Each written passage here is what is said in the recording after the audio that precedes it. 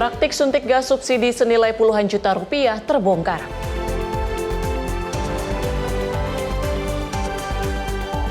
Cekcok saat pengisian solar berujung penusukan hingga tewas.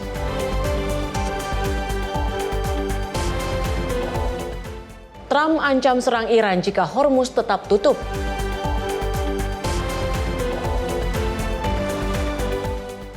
Kapal Indonesia segera bisa lewati Selat Hormuz.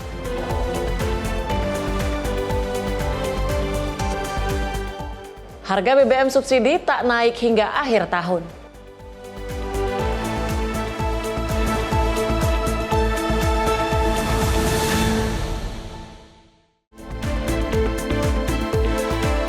Halo, selamat pagi pemirsa. Menyapa Indonesia Pagi kembali hadir menemani Anda dengan rangkaian informasi seputar peristiwa baik dari dalam negeri dan juga mancanegara. Bersama saya Tiara Dianti dan inilah Menyapa Indonesia Pagi selengkapnya.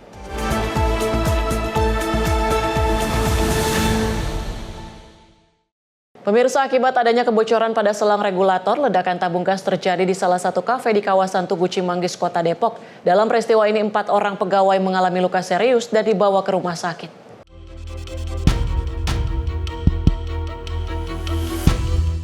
Beginilah kondisi kafe yang hancur berantakan usai terjadi ledakan tabung gas. Petugas Dinas Pemadam Kebakaran Kota Depok yang tiba di lokasi langsung berupaya untuk melakukan evakuasi dan mencegah adanya ledakan susulan. Komandan Regu UPT Damkar Cimanggis Satrio mengatakan sebelum terjadi ledakan sejumlah pegawai sempat mencium adanya kebocoran gas dari area dapur kafe. Dari 4 korban, yakni 3 pegawai mengalami luka akibat pecahan kaca, sementara 1 korban lainnya mengalami luka bakar dan telah dibawa ke Rumah Sakit Bayangkara Brimob Kelapa II, Kota Depok. Menurut karyawan, ketika mulai bekerja jam 9, mereka mencium adanya kebocoran gas. Nah, 3 orang mencium kebocoran gas dan ada 2 orang lagi sedang berada di area dapur. Seketika tidak lama kemudian terjadi ledakan. Sedang ada pengunjung bang mungkin? Belum, itu baru buka kafenya. Berapa lantai sih itu? 1 lantai. 1 lantai. Ada korban? Ada korbannya karyawan kafe tersebut 4 orang, 3 orang pria luka ringan dan 1 luka sedang. Lukanya luka apa bang? Luka bakar atau? Yang luka ringan mungkin terkena serpian kaca dari ledakan. Yang luka sedang ada luka bakar di bagian muka dan tangannya. Kebetulan di situ ada dekat dengan kelurahan, dibawa sama staf kelurahan ke IGD Rumah Sakit Brimob. Proses evakuasi berlangsung sekitar 1 jam dengan menerjunkan 6 personil dan 2 unit mobil damkar. Dari Depok, Jawa Barat, Riswanto Ahmad melaporkan. Pemirsa, sebuah gudang penyimpanan suku cadang kendaraan bermotor di kawasan Cengkareng, Jakarta Barat hangus terbakar. Banyaknya material yang mudah terbakar membuat petugas menggunakan cairan foam untuk memadamkan api. Sebuah gudang penyimpanan suku cadang kendaraan bermotor di Jalan Cendrawasih Raya, Cengkareng Barat, Jakarta Barat dilanda kebakaran Jumat malam. Kobaran api dengan cepat membesar dan melahap seluruh bangunan gudang. Kebakaran diduga semakin cepat meluas karena banyaknya material mudah terbakar yang tersimpan di dalam gudang, seperti oli motor dan ban kendaraan. Kondisi tersebut menyulitkan proses pemadaman pada tahap awal. Aji, warga sekitar mengatakan, api pertama kali terlihat dari dalam gudang sebelum membesar dengan cepat. Awalnya baru nyampe juga, ya, bapaknya aja. Spare part, oli, terus bodi motor, terus ban gitu. Wah, saya kurang tahu sih baru datang. Tugas pemadam kebakaran Jakarta Barat yang tiba di lokasi segera melakukan upaya pemadaman. Untuk mengatasi kobaran api yang dipicu bahan mudah terbakar, petugas menggunakan air busa atau foam. Sebanyak 20 unit mobil pemadam kebakaran dikerahkan ke lokasi kejadian. Setelah upaya intensif pada Sabtu dini hari, api akhirnya berhasil dipadamkan petugas sekitar 2 jam kemudian. Belum diketahui secara pasti penyebab kebakaran tersebut. Tidak ada laporan korban jiwa dalam peristiwa ini, namun kerugian materi diperkirakan mencapai ratusan juta rupiah. Kasus kebakaran ini kini dalam penanganan pihak kepolisian sektor Cengkareng guna penyelidikan lebih lanjut. Tim Liputan Simpo TV melaporkan.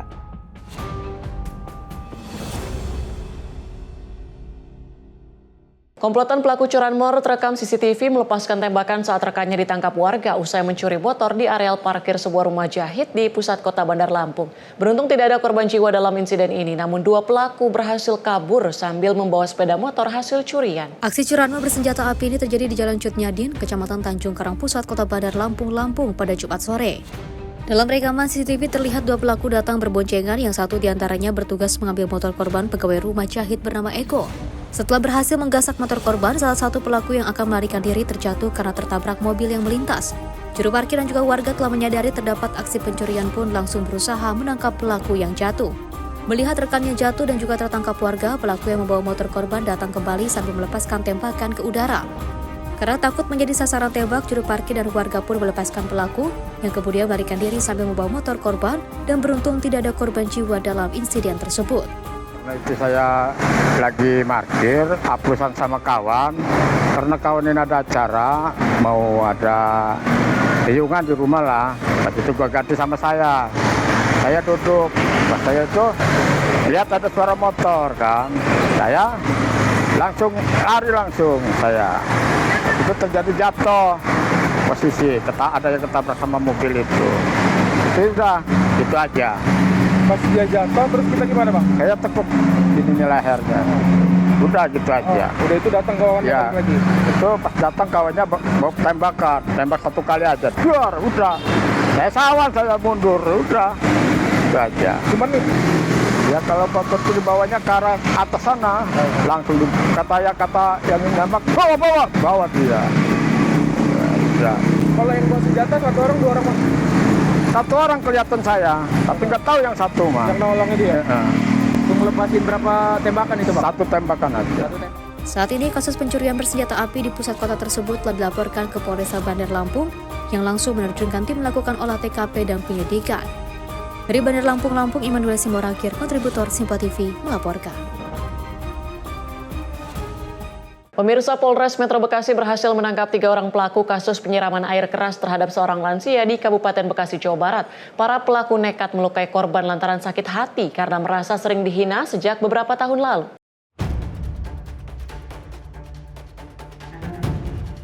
Unit Resmob Satreskrim Polres Metro Bekasi mengungkapkan kasus penyiraman air keras terhadap seorang lansia di perumahan Bumi Sani Permai, Tambun Selatan. 3 tersangka berhasil diamankan, yakni BP sebagai otak kejahatan serta 2 eksekutor yakni SN dan S. Aksi keji ini bermula dari rasa sakit hati tersangka terhadap korban. Tersangka mengaku sering mendapatkan hinaan sejak tahun 2018 hingga menyimpan dendam mendalam. Tersangka utama yang merupakan pengusaha reparasi jok kendaraan ini menyewa 2 eksekutor dengan imbalan 9 juta rupiah. Para eksekutor menyiramkan cairan asam sulfat ke tubuh korban saat korban hendak berangkat sholat subuh. Dalam menindak tegas segala bentuk tindak kekerasan termasuk kasus penganiayaan berat dengan melakukan penyiraman air keras yang terjadi pada hari Senin tanggal 30 Maret 2026 sekitar pukul 4.51 WIB di Jalan Bumi Sani Permai RT 001 RW 014 Desa Setiamekar Kecamatan Tambun Selatan Kabupaten Bekasi. Peristiwa ini merupakan kejahatan yang serius yang tidak dapat ditoleransi dan menjadi prioritas dalam penegakan hukum. Menindaklanjuti kejadian tersebut, tim gabungan Satuan Reskrim Polres Metro Bekasi beserta Polsek Tambun Selatan dengan di backup di Reskrim Polda Metro Jaya, kami bergerak cepat melakukan serangkaian kegiatan penyelidikan sehingga berhasil mengungkap para pelaku ya dengan inisial PBU, kemudian inisial MS, inisial SR. Berdasarkan hasil penyelidikan, pelaku berhasil diamankan pada tanggal 2 April 2026 di kediamannya dan 1 tersangka diamankan di Jati Asih. Korban saat ini masih menjalani perawatan intensif di ruang instalasi gawat darurat akibat luka bakar yang serius pada bagian tubuh korban. Waktu kejadian pada hari Senin 30 Maret 2026 pukul 4:51 waktu Indonesia bagian Barat. TKP-nya di Jalan Bumi Sani Permai RT 001 RW 014 Desa Setiamekar Kecamatan Tambun Selatan Kabupaten Bekasi. Kronologinya pada hari Senin 30 Maret 2026 ketika korban hendak melaksanakan ibadah sholat subuh di musola dan melintas di TKP sekira pukul 4 lewat 40 waktu Indonesia bagian Barat, datanglah 2 orang tidak dikenal dengan mengendarai 1 unit motor, menghampiri korban dari arah yang berlawanan, lalu menyiram korban dengan yang kita duga air keras sehingga mengenai area bagian muka korban, serta bagian perut dan area belakang tubuh korban. Setelah itu tidak lama kemudian ada warga yang lain yang melihat korban dan masih dalam keadaan merintih kesakitan dan langsung menginfokan kepada saksi lainnya yang ada di TKP. Kemudian langsung menghampiri korban serta melarikan korban ke rumah sakit terdekat. Atas kejadian tersebut, saksi melaporkan ke Polsek Tambun Selatan.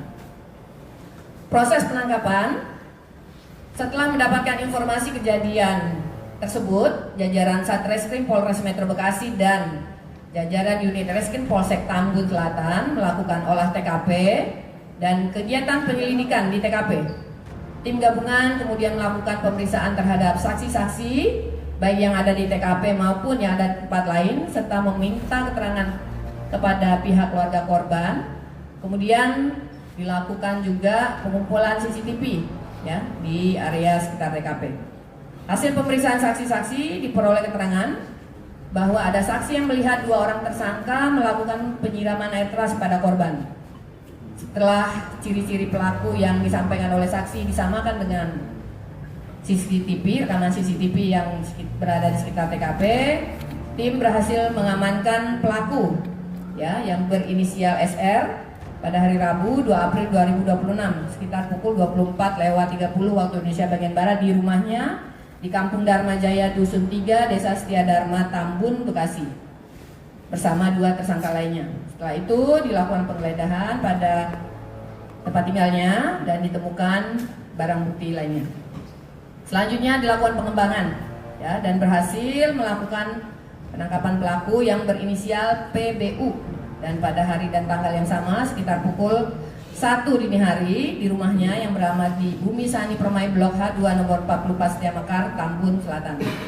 Setelah itu dilakukan interogasi dan permintaan keterangan terhadap pelaku dan diketahui bahwa benar yang bersangkutanlah yang mempunyai ide ya, kemudian menyediakan alat sarana prasarana merencanakan kegiatan penyiraman air keras kepada korban. Kemudian dilakukan penggeledahan dan ditemukan barang bukti yang tadi disebutkan.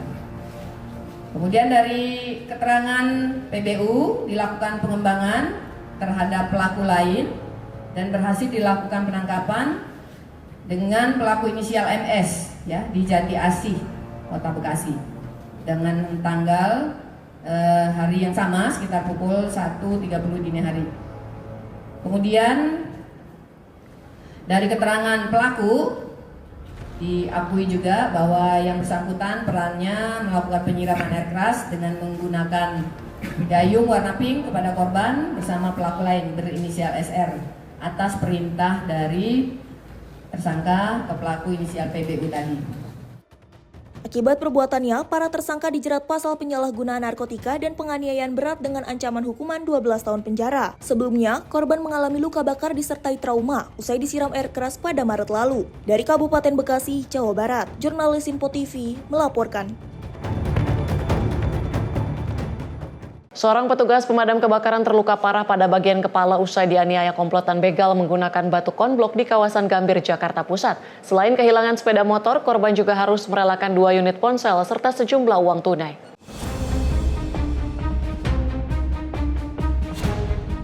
Seorang pemuda yang berprofesi sebagai petugas pemadam kebakaran sektor Johar Baru terluka usai dianiaya komplotan begal di kawasan Gambir, Jakarta Pusat. Korban mengalami luka lebam di wajah dan harus menerima sejumlah jahitan di kepala akibat luka sobek yang cukup dalam. Peristiwa bermula saat korban dalam perjalanan pulang ke rumahnya di kawasan Johar Baru usai berkunjung dari rumah rekannya di Tanjung Duren. Saat melintasi jalan Kiai Haji Hashim Asari, tiba-tiba motor korban dipepet oleh 4 sepeda motor yang dikendari sejumlah orang. Para pelaku langsung menendang motor korban hingga tersungkur. Meski sempat berusaha melawan, korban justru ditabrak oleh pelaku dan kepala korban dihantam menggunakan batu konblok hingga pingsan di lokasi kejadian. Dari Tanjung Duren dari rumah teman saya untuk mau pulang. Setelah itu ada beberapa motor yang menghalang saya di Cideng itu, lalu mukul saya. mukul saya tiba-tiba. Terus saya jatuh. Setelah itu saya agak melarikan diri, lari kecil. Terus mereka tetap mengejar saya, terus mukulin saya. Setelah itu benda saya diambil, handphone 2 biji. Setelah itu saya bangun, lalu saya ditabrak lagi dengan menggunakan motor. Setelah itu saya jatuh, lalu ditimpa oleh batu konbok. Ya, motor langsung dibawa kabur. Handphone saya 2 buah dibawa kabur juga. Akibat insiden ini, 1 unit sepeda motor matic, 2 unit ponsel, serta uang tunai ratusan ribu rupiah milik korban raib digasak para pelaku. Korban telah melaporkan kejadian ini ke Polres Metro Jakarta Pusat dengan harapan para pelaku segera diringkus. Dari Jakarta, jurnalis Info TV melaporkan. Direktorat Reserse Kriminal Khusus Polda Jawa Tengah mengungkap praktik penyalahgunaan tabung gas LPG bersubsidi di Kabupaten Karanganyar. 2 orang pelaku diringkus beserta ratusan tabung gas usai terbukti melakukan penyuntikan gas subsidi. Pengungkapan kasus pengoplosan gas ini dipimpin langsung oleh Direskrimsus Polda Jateng, Kombes Pol Joko Julianto di Desa Buran, Kecamatan Tasikmadu. Petugas mengamankan 2 pelaku berinisial N dan NA, beserta 820 tabung gas berbagai ukuran. Modus operandi para pelaku adalah dengan memindahkan isi gas dari tabung subsidi 3 kg ke dalam tabung non-subsidi 12 dan 50 kg. Proses penyuntikan ini dilakukan secara ilegal tanpa memperlihatkan standar keamanan serta sangat membahayakan keselamatan. Tak tanggung-tanggung, selama 6 bulan, pelaku mampu meraup keuntungan hingga 1 miliar rupiah lebih. Tabung gas hasil suntikan tersebut kemudian dijual dengan harga normal untuk mengelabui konsumen. Hunting dia ke agen-agen membeli tabung gas 3 kilo. Kemudian ditampung di tempat penampungan gudang yang dimiliki oleh para pelaku. Disitulah dia mengoperasikan penyuntikan dari gas yang bersubsidi yang harusnya dinikmati oleh masyarakat, tetapi oleh oknum ini disuntikan ke tabung-tabung 12 kilo dan 50 kilo. Dan keuntungan yang didapatkan kurang lebih 35 juta per hari ya, dan dia sudah melakukan kurang lebih 6 bulan. 4 ya? 4. Jadi dia diisi 4 tabung ukuran 3 kilo. Sedangkan yang 50 diisi oleh tabung yang 12 kilo kurang lebih 4 kilo juga. 4 tabung. Dan semua volume isinya pasti berkurang. Kemarin sudah kita cek, kita sampling semuanya, isinya tidak sesuai semuanya. Ya, dijual harga standar karena dia untuk menghindari kecurigaan dari masyarakat, harga terlalu berbeda dengan masyarakat sehingga yang bersangkutan menjual harga sama dengan yang ditetapkan oleh pemerintah. Atas perbuatannya, kedua pelaku dijerat Undang-Undang Minyak dan Gas Bumi serta Undang-Undang Perlindungan Konsumen dengan ancaman hukuman 6 tahun penjara. Dari Semarang, Jawa Tengah, jurnalis Info TV melaporkan. Polsek Cilandak mengungkap kasus pengeroyokan yang sempat diduga sebagai aksi pembegalan di kawasan Lebak Bulus, Jakarta Selatan. Korban, seorang pemuda, mengalami luka bacok serius usai menjadi sasaran kelompok remaja yang saling tantang melalui media sosial.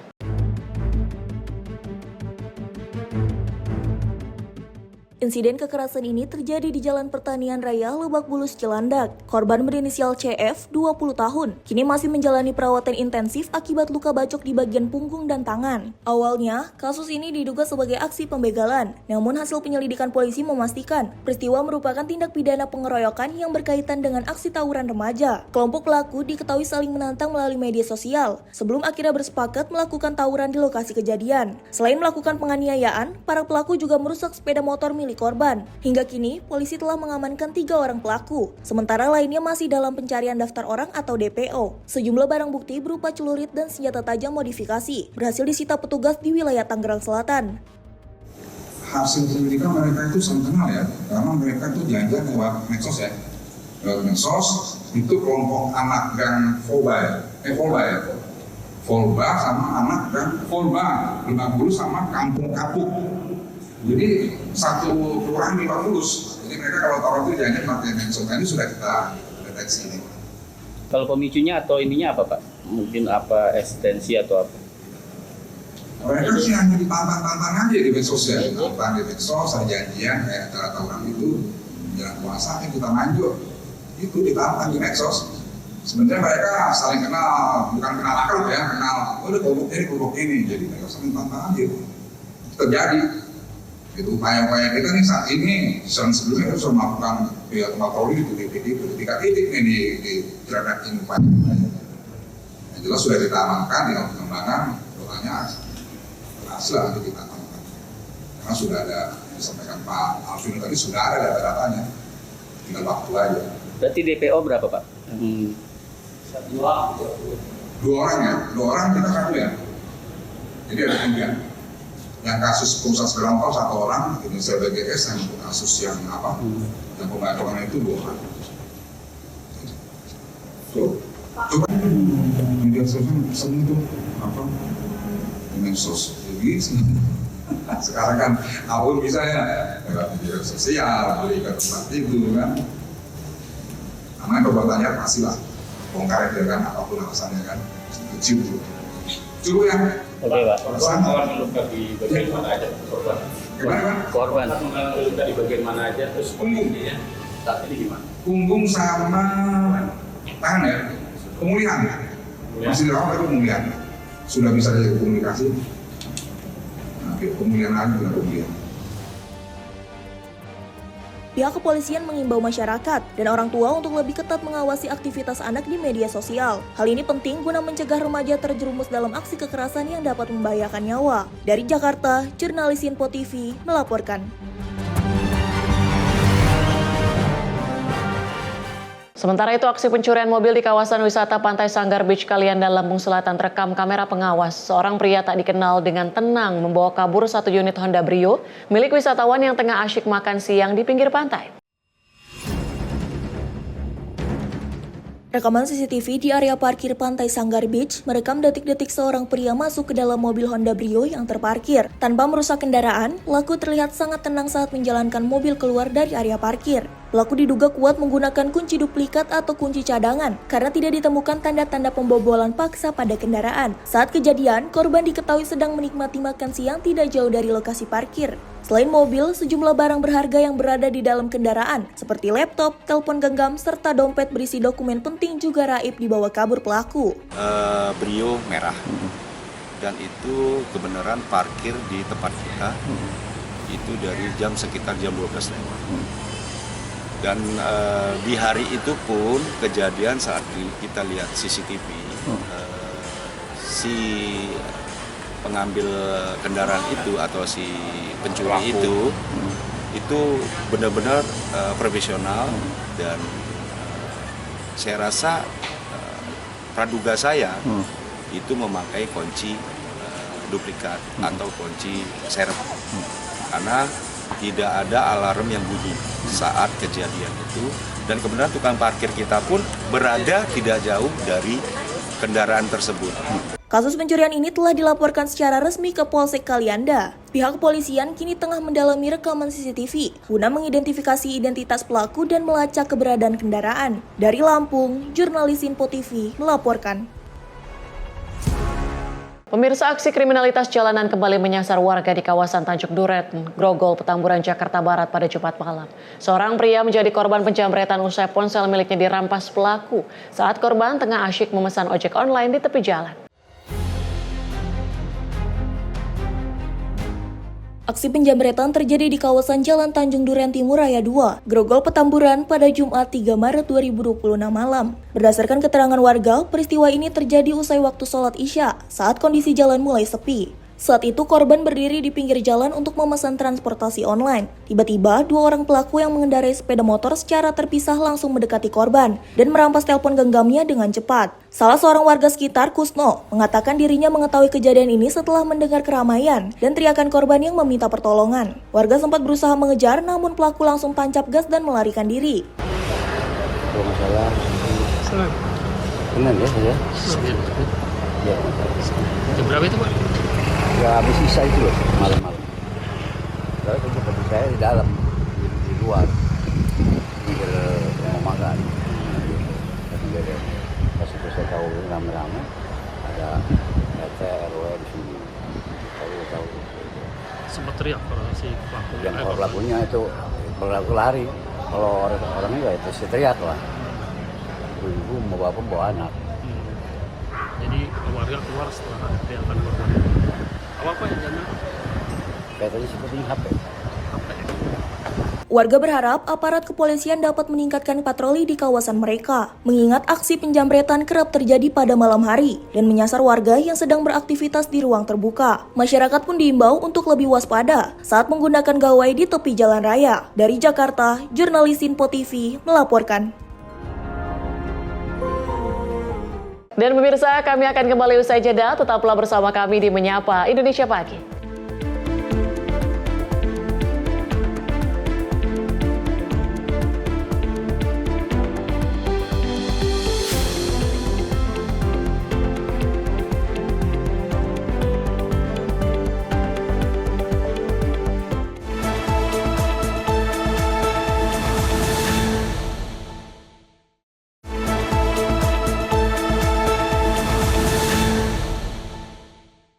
Anda kembali menyaksikan Menyapa Indonesia Pagi dan informasi kami lanjutkan.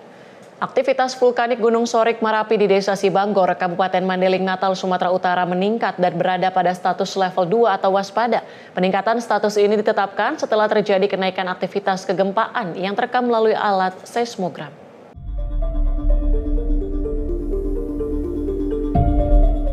Pusat Vulkanologi dan Mitigasi Bencana Geologi menetapkan status Gunung Sorik Merapi pada level 2 atau waspada.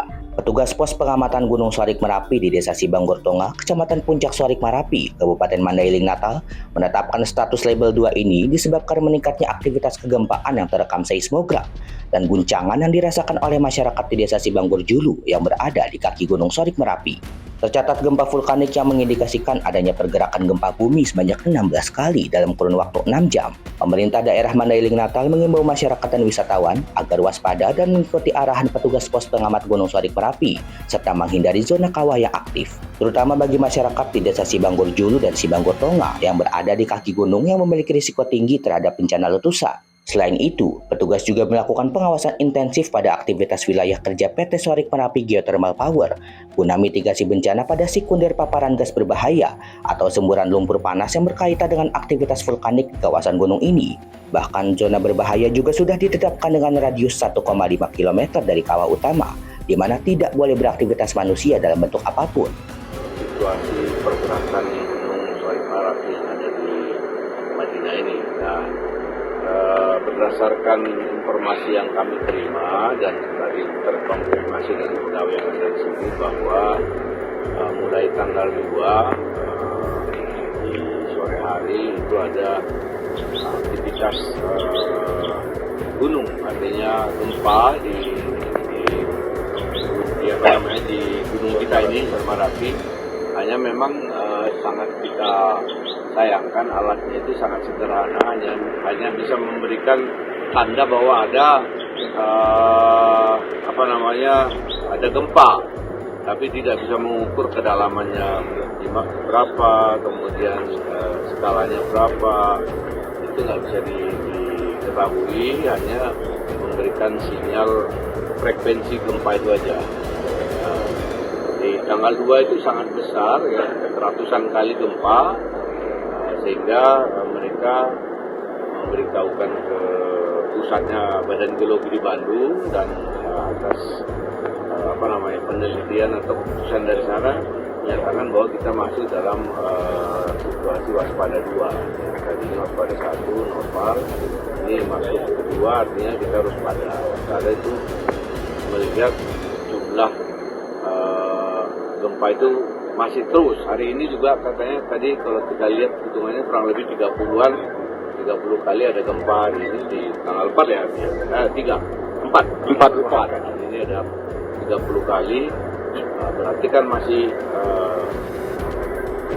bereaksi atau kegiatan Gunung Merapi ini aktif berarti. Sehingga dengan demikian kita dari pemerintah daerah menghimbau kepada masyarakat yang ada di sekitar sini, di Sibanggor, Tonga dan Julu ya, yang perlu waspada karena memang lebih dekat dengan posisi gunung. Pemantauan secara mendalam akan terus dilakukan untuk memantau fluktuasi kegempaan lebih lanjut di Gunung Sorik Merapi. Dari Mandailing Natal, Sumatera Utara, Tim Liputan Simpor TV melaporkan. Warga mengeluhkan tumpukan sampah di Rusunawa Angke, Tambora, Jakarta Barat. Dan selain mencari sumber penyakit yang ditimbulkan dari bau sampah, terkendalanya proses pengangkutan sampah ini diduga terjadi akibat terganggunya distribusi sampah pasca insiden longsor di TPST Bantar Gebang. Tumpukan sampah menghampar di kawasan Rusunawa Angke, Tambora, Jakarta Barat. Sampah yang seharusnya diangkut secara rutin kini tumpah hingga ke badan jalan dan mendekati area hunian warga. Warga pun mengeluhkan bau busuk menyengat yang ditimbulkan disertai banyaknya lalat dan belatung yang muncul dari tumpukan sampah.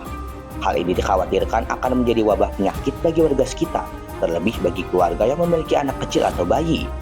Menurut Ketua RT setempat, Mutaram dan Suherman menyatakan bahwa sampah yang menumpuk ini bukan saja berasal dari warga Rusunawa, melainkan juga sampah dari warga di luar Rusunawa hingga area Rusun dibanjiri sampah hingga menumpuk dan melebar ke area jalan. Ini kemarin ada semeter ya? Ada 1 meter lah, soalnya sampai asbes ini nih, sekitar segitulah. Soalnya di sini sampah bukannya satu rusun aja. Jadi luar rumah susun. Jadi luar rumah susun juga di sini juga tempatnya, gitu. Sampai ke atap rumah warga itu, Pak? Iya, sampai sini nih. Ke lantai 1. Jadi yang di dalam itu sampah masih naik. Karena nggak diturunkan di sini nih, nggak dikeruk. Di depan kan sampah orang luar. Kalau dibawa dikeruk, dia turun. Sementara itu, menurut salah satu warga Rusunawa Angke, tumpukan sampah ini terjadi selama rentang waktu kurang lebih selama 1 bulan akibat jarangnya pengangkutan. Rizal menduga keterlambatan pengangkutan sampah akibat kondisi di Bantar Gebang, sehingga sampah tersebut tidak tertangani secara maksimal. Karena jarang diambil, tidak mungkin pokoknya. Kadang sampai sebulan lebih baru udah numpuk baru diambil gitu loh. Iya mungkin. Jadi yang diambil juga nggak sampai habis gitu. Yang diambil cuma yang di jalan doang. Sudah ada upaya pengangkutan, cuman tidak sampai tuntas. Secara medis, kondisi ini sangat berbahaya karena lalat dan air lindi dapat membawa bakteri penyebab infeksi saluran pencernaan hingga penyakit kulit, terutama di kawasan padat penduduk. Warga meminta pemerintah daerah dan Dinas Lingkungan Hidup untuk segera menuntaskan pengangkutan sampah tanpa sisa. Mereka berharap jadwal pengambilan sampah kembali normal agar ancaman wabah penyakit tidak semakin meluas. Tim Liputan Simpor TV melaporkan.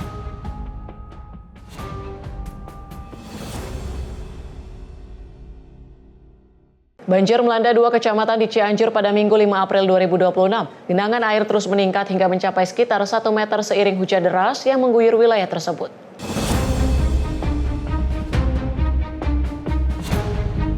Banjir Kecamatan Cibober dan Cilaku, Kabupaten Cianjur pada Minggu malam 5 April 2026.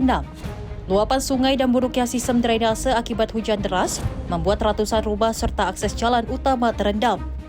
Banjir mulai terjadi sekitar pukul 20.00 waktu Indonesia Barat. Awalnya genangan air hanya setinggi sekitar 10 cm, namun terus meningkat hingga mencapai sekitar 1 meter seiring hujan deras yang mengguyur wilayah tersebut. Salah seorang warga desa Petei Condong, Kecamatan Cibober, Alawi mengatakan, ketinggian air sempat cukup tinggi hingga merendam bangunan warga. Menurutnya banjir tidak hanya merendam rumah warga, tetapi juga merusak fasilitas pendidikan. Sebuah madrasah dilaporkan mengalami kerusakan pada bagian lantai akibat terjangan air. Selain itu, genangan air juga sempat menutup akses jalan utama penghubung Cianjur Cibober, sehingga kendaraan tidak dapat melintas. Sementara itu, Camat Cibober mengatakan kondisi banjir saat ini mulai berangsur surut. Di sejumlah ruas jalan, genangan sudah hilang. Sementara di permukiman warga masih tersisa air dengan ketinggian di bawah 10 cm. Meski begitu, lanjut dia, masyarakat diminta tetap waspada jika hujan kembali turun. Termasuk potensi terhadap bahayanya pasca banjir seperti kemunculan hewan liar dan resiko kelistrikan. Tim redaksi Simpo TV melaporkan.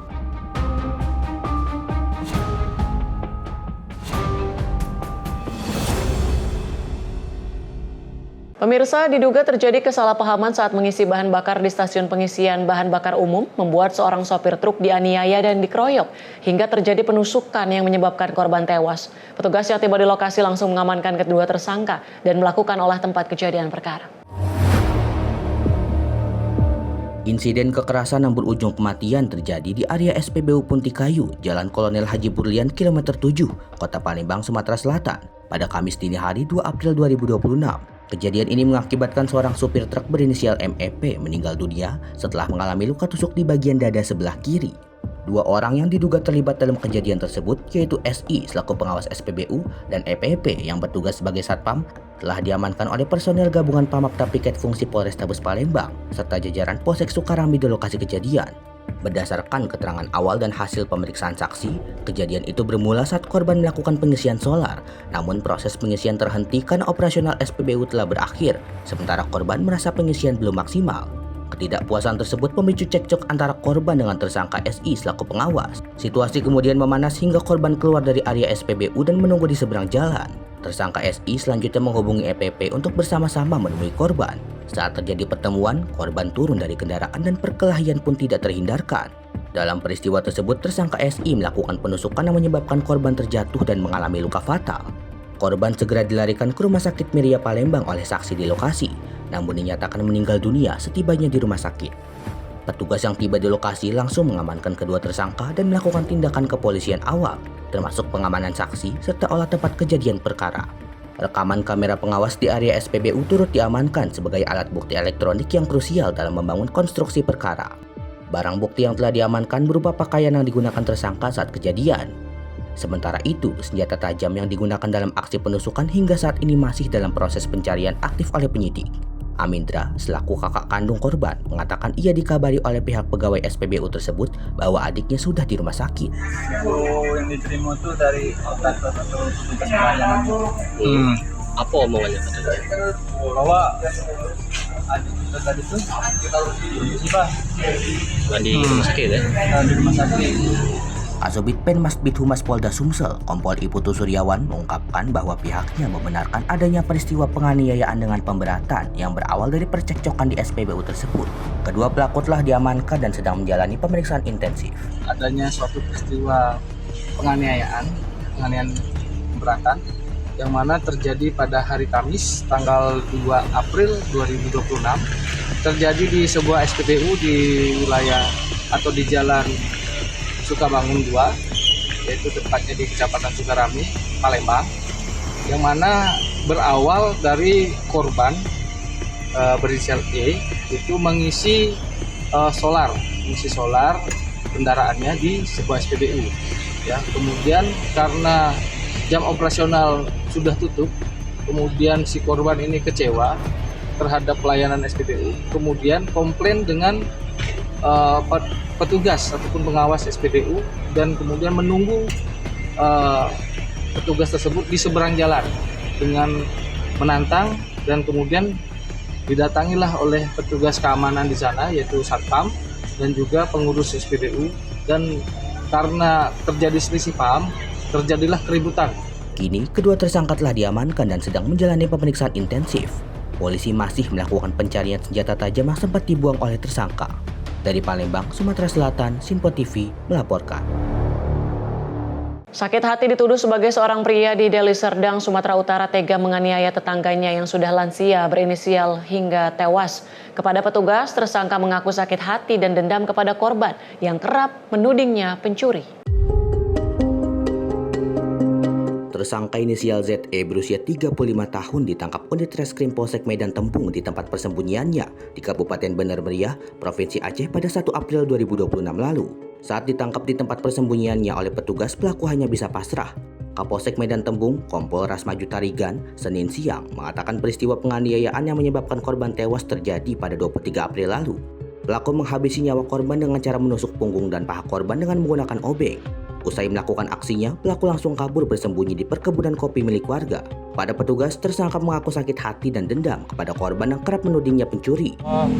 Dia itu melakukan penganiayaan itu karena ada rasa dendam terhadap korban yang selama ini juga sudah ada selisih paham, di mana korban ini sering menuduh pelaku ini sering melakukan tindak pidana pencurian, sehingga terjadi dendam dan terjadi penganiayaan itu yang mengakibatkan korban meninggal dunia. Dari tangan tersangka, petugas berhasil menyita barang bukti obeng yang digunakan tersangka menganiaya korban. Dari Medan, Sumatera Utara, Simpo TV melaporkan. Seorang pemuda ditemukan meninggal dunia setelah terjatuh ke rawa di Desa Bumi Nabung Hilir, Kabupaten Lampung Tengah pada 4 April 2026. Medan yang sulit menjadi kendala karena akses licin dan hanya dapat dilalui pejalan kaki, sehingga peralatan harus dibawa secara manual. Peristiwa terjadi pada pukul 6.30 waktu Indonesia Barat, saat korban bersama 3 rekannya berburu burung. Usai menembak buruan, korban berusaha mengejar, namun diduga karena kehilangan pijakan menyebabkan terjatuh ke rawa. Korban atas nama Billy Saputra, 27 tahun, warga Metro Pusat, Kota Metro, ditemukan meninggal dunia setelah terjatuh ke rawa di Desa Bumi Nabung Hilir, Kecamatan Bumi Nabung, Kabupaten Lampung Tengah pada Sabtu 4 April 2026. Komandan Tim Rescue Dharma Saputra menyampaikan, medan yang sulit menjadi kendala karena akses licin dan hanya dapat dilalui pejalan kaki, sehingga peralatan harus dibawa secara manual. Pencarian sempat dihentikan sementara pada pukul 17.30 waktu Indonesia Barat. Sekitar pukul 21.10 waktu Indonesia Barat, tim menerima informasi keberadaan korban dari warga. Pada pukul 21.20 waktu Indonesia Barat, korban ditemukan dalam keadaan meninggal dunia. Tim pun segera melakukan evakuasi dan korban diserahkan kepada pihak keluarga. Tim redaksi Simpo TV melaporkan. Seorang warga dilaporkan terjatuh ke dalam sumur di kawasan Pabalutan, Kecamatan Rambatan, Kabupaten Tanah Datar pada Sabtu 4 April 2026. Korban berhasil dievakuasi dalam kondisi selamat oleh tim SAR gabungan.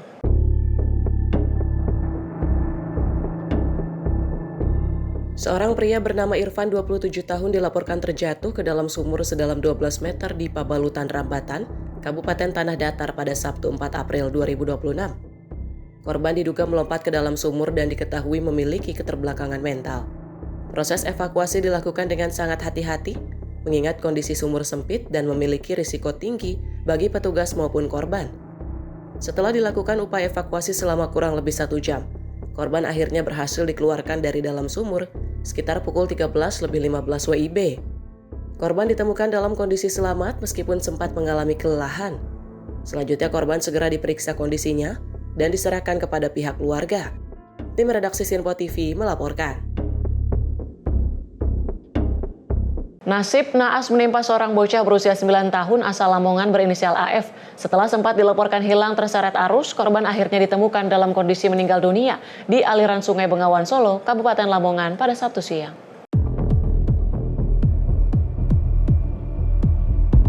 Seorang bocah berinisial AF 9 tahun yang sebelumnya dilaporkan tenggelam di Sungai Bengawan Solo akhirnya ditemukan dalam kondisi meninggal dunia. Korban ditemukan pada hari kedua pencarian oleh tim gabungan. Peristiwa tragis ini bermula saat korban bermain bersama teman-temannya sebelum akhirnya mandi di sungai. Diduga tak bisa berenang, korban tenggelam di aliran sungai yang dikenal memiliki arus deras dan kedalaman cukup tinggi. Dua teman korban sempat berusaha menolong, namun upaya tersebut tidak berhasil. Mereka kemudian berteriak meminta bantuan warga. Hingga pada Sabtu 4 April 2026 sekitar pukul 10.45 WIB, tim gabungan dari Polres Lamongan, BPBD dan warga menemukan korban dalam kondisi meninggal dunia, berjarak sekitar 50 meter dari titik awal dilaporkan tenggelam. Tim redaksi Simpo TV melaporkan. Dua hari pencarian akhirnya tim SAR gabungan berhasil menemukan seorang nelayan bernama Galih dari kapal di perairan Cipalembuan, Kabupaten Garut. Korban ditemukan dalam kondisi meninggal dunia dengan jarak sejauh kurang lebih 1,3 mil laut dari lokasi kejadian awal.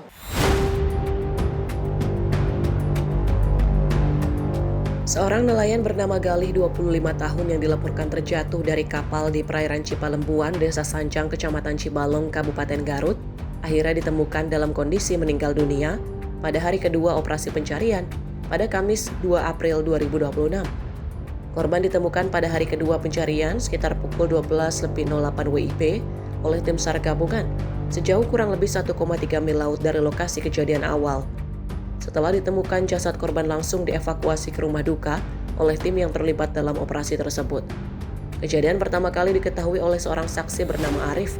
Saat itu saksi tengah memasang jaring di lokasi yang tidak jauh dari tempat kejadian, lalu perahunya kemudian ditabrak oleh perahu lain. Setelah dilakukan pengecekan, diketahui perahu yang menabrak tersebut adalah milik korban dalam kondisi tanpa awak. Menyadari adanya kejanggalan, saksi segera mengevakuasi perahu korban ke Pelabuhan Cipunaga.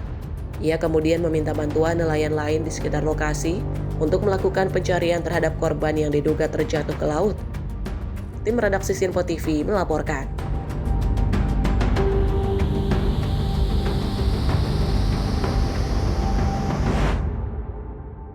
Dan pemirsa, informasi mancanegara akan kami hadirkan usai jeda. Tetaplah bersama kami di Sinpo TV.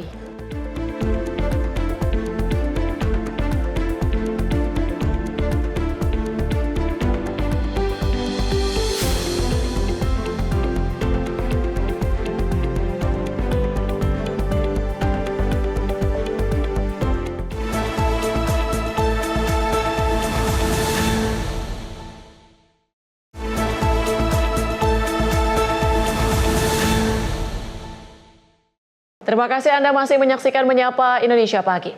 Pemirsa, Presiden Amerika Serikat Donald Trump mengeluarkan peringatan keras akan menyerang pembangkit listrik serta jembatan di Iran pada Selasa jika Selat Hormuz tetap ditutup untuk lalu lintas maritim.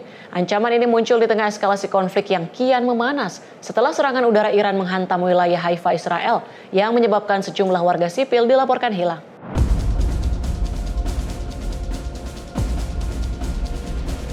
Komando Pertahanan Sipil Israel hingga kini masih terus berupaya melakukan operasi pencarian dan penyelamatan di antara puing-puing bangunan pasca serangan udara Iran di kota Haifa pada Minggu waktu setempat.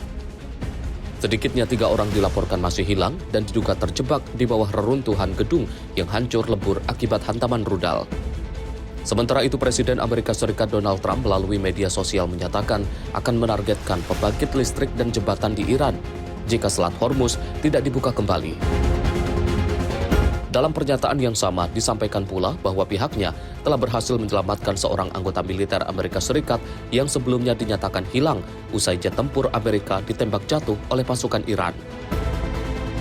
Ketegangan antara Israel dengan Iran ini merupakan lanjutan dari serangan gabungan pada 28 Februari lalu yang menargetkan fasilitas Iran. Konflik semakin memanas setelah pemimpin tertinggi Iran, Ayatullah Ali Khamenei, dinyatakan wafat dan posisinya digantikan oleh sang putra, Mojtaba Khamenei. Trump kini mengeluarkan ultimatum 48 jam yang akan berakhir pada 6 April agar Iran segera membuka kembali Selat Hormuz. Jika permintaan ini diabaikan, Amerika Serikat mengancam akan menguasai fasilitas minyak di Pulau Kar. Saat ini penutupan Selat Hormuz telah menyebabkan terhambatnya 1/5 pasokan minyak dunia dan menyebabkan Qatar Energi menghentikan sementara produksi gas alam cair mereka. Selain Iran, kelompok Hezbollah di Lebanon serta milisi Houthi di Yaman juga turut terlibat dengan ancaman pemblokiran lalu lintas di Selat Bab el-Mandeb. Tim redaksi Sinpo TV melaporkan. Perdana Menteri Israel Benjamin Netanyahu menyampaikan ucapan selamat kepada Presiden Amerika Serikat Donald Trump atas operasi penyelamatan dramatis seorang pilot militer AS yang jatuh di wilayah Iran. Netanyahu menyebut misi tersebut sebagai keberhasilan luar biasa. Congratulations, President Trump. All Israelis rejoice in the incredible rescue of a brave American pilot by America's dauntless warriors. Perdana Menteri Israel Benjamin Netanyahu menyampaikan selamat atas keberhasilan Amerika Serikat menyelamatkan seorang pilot militer yang jatuh di wilayah Iran. Netanyahu menyebut seluruh rakyat Israel turut bergembira atas penyelamatan tersebut dan menilai operasi itu sebagai bukti keteguhan negara-negara demokratis dalam menghadapi ancaman. Congratulations, President Trump. All Israelis rejoice in the incredible rescue of a brave American pilot by America's dauntless warriors. This proves that when free societies muster their courage and their resolve, they can confront seemingly insurmountable odds and overcome the forces of darkness and terror. This rescue operation reinforces a sacred principle. No one is left behind. This is a shared value demonstrated time and time again in the history of both our countries. Pesawat tempur jenis F-15E dilaporkan ditembak jatuh oleh Iran pada Jumat 3 April 2026, menjadi salah satu insiden langka kehilangan pesawat tempur berawak milik Amerika Serikat di wilayah tersebut. Presiden Donald Trump menyebut misi penyelamatan ini sebagai salah satu operasi paling berani dalam sejarah militer Amerika. Ia mengungkapkan bahwa puluhan pesawat dan bersenjataan canggih dikerahkan untuk menjangkau dan menyelamatkan pilot tersebut. Trump juga menyatakan pilot mengalami cedera namun dalam kondisi stabil. Sementara itu, di sisi lain, Media Iran mengklaim operasi tersebut gagal total dan menyebut pertahanan udara mereka berhasil menghancurkan sejumlah pesawat Amerika. Tim redaksi Simpo TV melaporkan.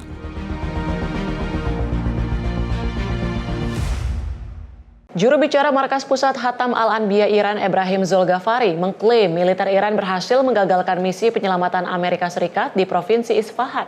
Hal ini sekaligus membantah pernyataan Presiden Donald Trump yang menyebut seluruh awak pesawat berhasil diselamatkan. عملیات به اصطلاح نجات ارتش آمریکا که در قالب عملیات فریب و فرار فوری به بهانه نجات خلبان هواپیمای ساقط شده خود در یک فرودگاه متروکه در جنوب اصفهان تحریزی شده بود با حضور به موقع نیروهای مسلح جمهوری اسلامی ایران.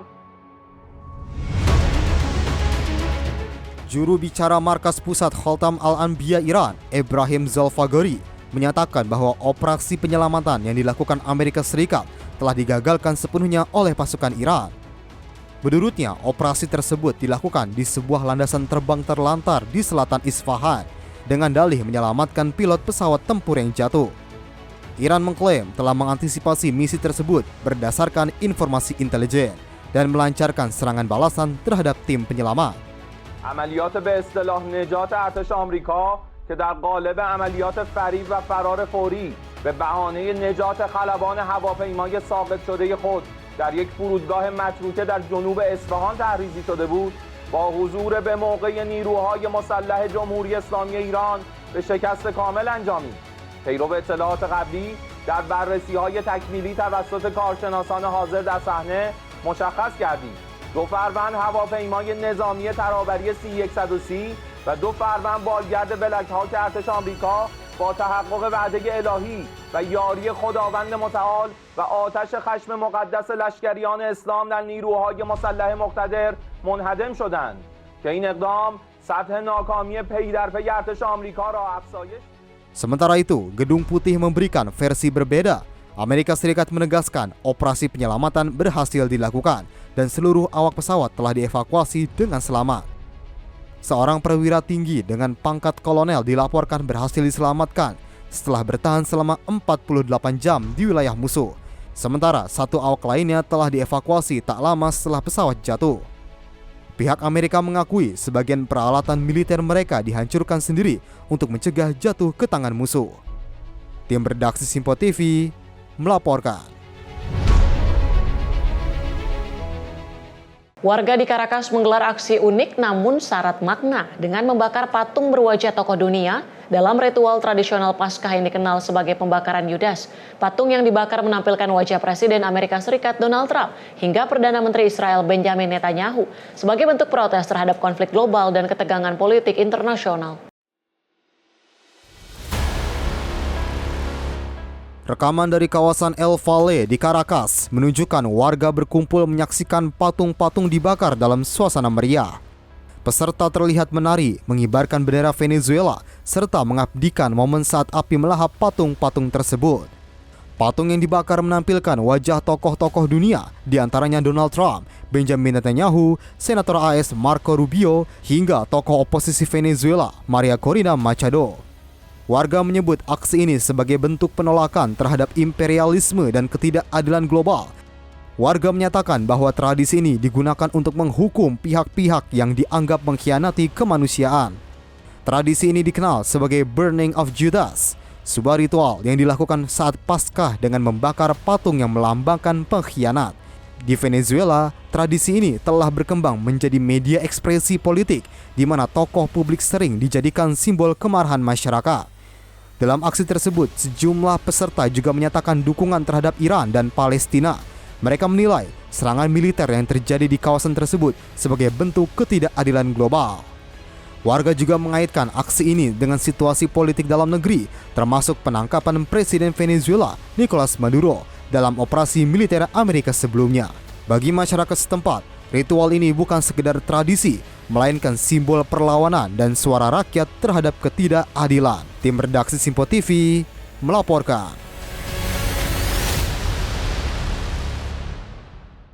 Sementara itu, media televisi negara Iran menayangkan rekaman yang diklaim menunjukkan puing pesawat militer AS yang disebut ditembak jatuh dalam operasi militer di kawasan. Pihak militer Iran menyatakan pesawat tersebut ditembak jatuh sebagai bagian dari operasi pertahanan Iran. Rekaman tersebut menampilkan bagian-bagian pesawat yang diklaim merupakan aset militer Amerika Serikat yang terlibat dalam misi penyelamatan personil di wilayah konflik, dengan visual puing yang tersebar di lokasi yang diduga menjadi titik jatuh. Pihak militer Iran menyatakan pesawat tersebut ditembak jatuh sebagai bagian dari operasi pertahanan mereka dan menyebutnya sebagai keberhasilan dalam menghadapi aktivitas militer AS. Namun di sisi lain, pejabat intelijen regional menyebut 2 pesawat angkut militer Amerika Serikat justru dihancurkan sendiri akibat masalah teknis saat misi berlangsung untuk mencegah risiko yang lebih besar di lapangan. Sebelumnya, militer Amerika Serikat mengatakan telah berhasil menyelamatkan seorang personil yang hilang setelah pesawat tempurnya jatuh di wilayah musuh sebagai bagian dari operasi penyelamatan darurat. Perbedaan klaim ini menunjukkan adanya perang informasi di tengah konflik, di mana masing-masing pihak menyampaikan versi mereka untuk membentuk opini publik dan persepsi internasional. Hingga kini belum ada konfirmasi independen terkait klaim dan penyebab pasti insiden tersebut, sementara situasi di lapangan masih terus berkembang. Tim redaksi Simpo TV melaporkan. Militer Iran merilis rekaman peluncuran drone dan mengklaim telah melakukan serangan udara terkoordinasi terhadap sejumlah target strategis di Israel serta basis militer AS di Kuwait. Pihak militer Iran mengklaim serangan menargetkan fasilitas petrokimia di dekat Dimona serta pusat komando militer Amerika Serikat di wilayah Bubiyan, Kuwait. Rekaman yang dirilis menunjukkan sejumlah drone diluncurkan sebagai bagian dari pembaruan operasi militer ke-56. Meski tanggal dan lokasi pasti rekaman belum dapat diverifikasi secara independen. Dalam pernyataannya, pihak militer Iran mengklaim serangan menargetkan fasilitas petrokimia di dekat Dimona, serta pusat komando militer Amerika Serikat di wilayah Bubiyan, Kuwait. Hingga kini, otoritas Israel belum memberikan tanggapan resmi terkait klaim serangan tersebut. Demikian pula dengan pihak Kuwait dan Amerika Serikat. Namun, pihak keamanan Kuwait, National Guard, menyatakan telah menjatuhkan 2 drone dan 1 pesawat tanpa awak dalam 24 jam terakhir di wilayah yang diamankan. Insiden ini terjadi di tengah memanasnya konflik setelah serangan gabungan Amerika Serikat dan Israel terhadap target di Iran pada akhir Februari lalu. Konflik kini meluas dengan dampak terhadap jalur energi global, termasuk terganggunya Selat Hormuz yang menjadi salah satu rute utama distribusi minyak dunia. Hingga kini, situasi di kawasan masih dinamis dengan risiko eskalasi yang terus meningkat.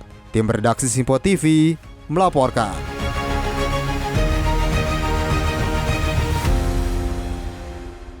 Tim penyelamat Israel menemukan 2 jenazah di lokasi serangan rudal di kota Haifa, sementara 2 korban lainnya masih dalam pencarian. Otoritas Israel masih menyelidiki mengapa rudal tersebut tidak berhasil dicegat. Rekaman dari lokasi kejadian menunjukkan kerusakan parah di kawasan permukiman di Haifa. Sejumlah kendaraan terlihat rusak parah, bahkan 1 mobil terguling akibat daya ledakan. Api masih terlihat menyala di sekitar lokasi saat tim penyelamat dan ambulans berupaya menangani korban. Dinas Pemadam Kebakaran dan Penyelamatan Israel menyatakan proses evakuasi dilakukan selama berjam-jam bersama unit komando dalam negeri. 2 korban ditemukan meninggal dunia di bawah timbunan reruntuhan. Sementara upaya pencarian masih dilakukan untuk menemukan 2 orang lain yang diduga masih terjebak. Sebelumnya, 4 orang dilaporkan terluka dalam insiden ini. Seorang pria berusia 82 tahun dievakuasi dalam kondisi kritis. Sementara seorang bayi berusia 10 bulan mengalami luka ringan akibat pecahan material. Hingga saat ini, Iran belum mengonfirmasi keterlibatan dalam serangan spesifik ini. Namun, Korps Garda Revolusi Islam Iran menyatakan telah melancarkan serangan rudal balistik dalam skala lebih luas ke wilayah Israel. Pihak berwenang Israel kini tengah menyelidiki mengapa sistem pertahanan udara gagal mencegat rudal tersebut. Insiden ini menambah daftar panjang serangan di tengah eskalasi konflik yang terus meningkat di kawasan Timur Tengah. Tim redaksi Simpo TV melaporkan. Jet tempur Israel Defense Forces dilaporkan melancarkan serangan udara dengan sejumlah hantaman di wilayah selatan Beirut. Serangan ini merupakan bagian dari operasi militer yang menargetkan infrastruktur yang diklaim terkait dengan kelompok bersenjata. Rekaman video menunjukkan ledakan besar yang diikuti kepulan asap tebal yang membumbung ke udara. setelah serangan menghantam kawasan permukiman di selatan kota.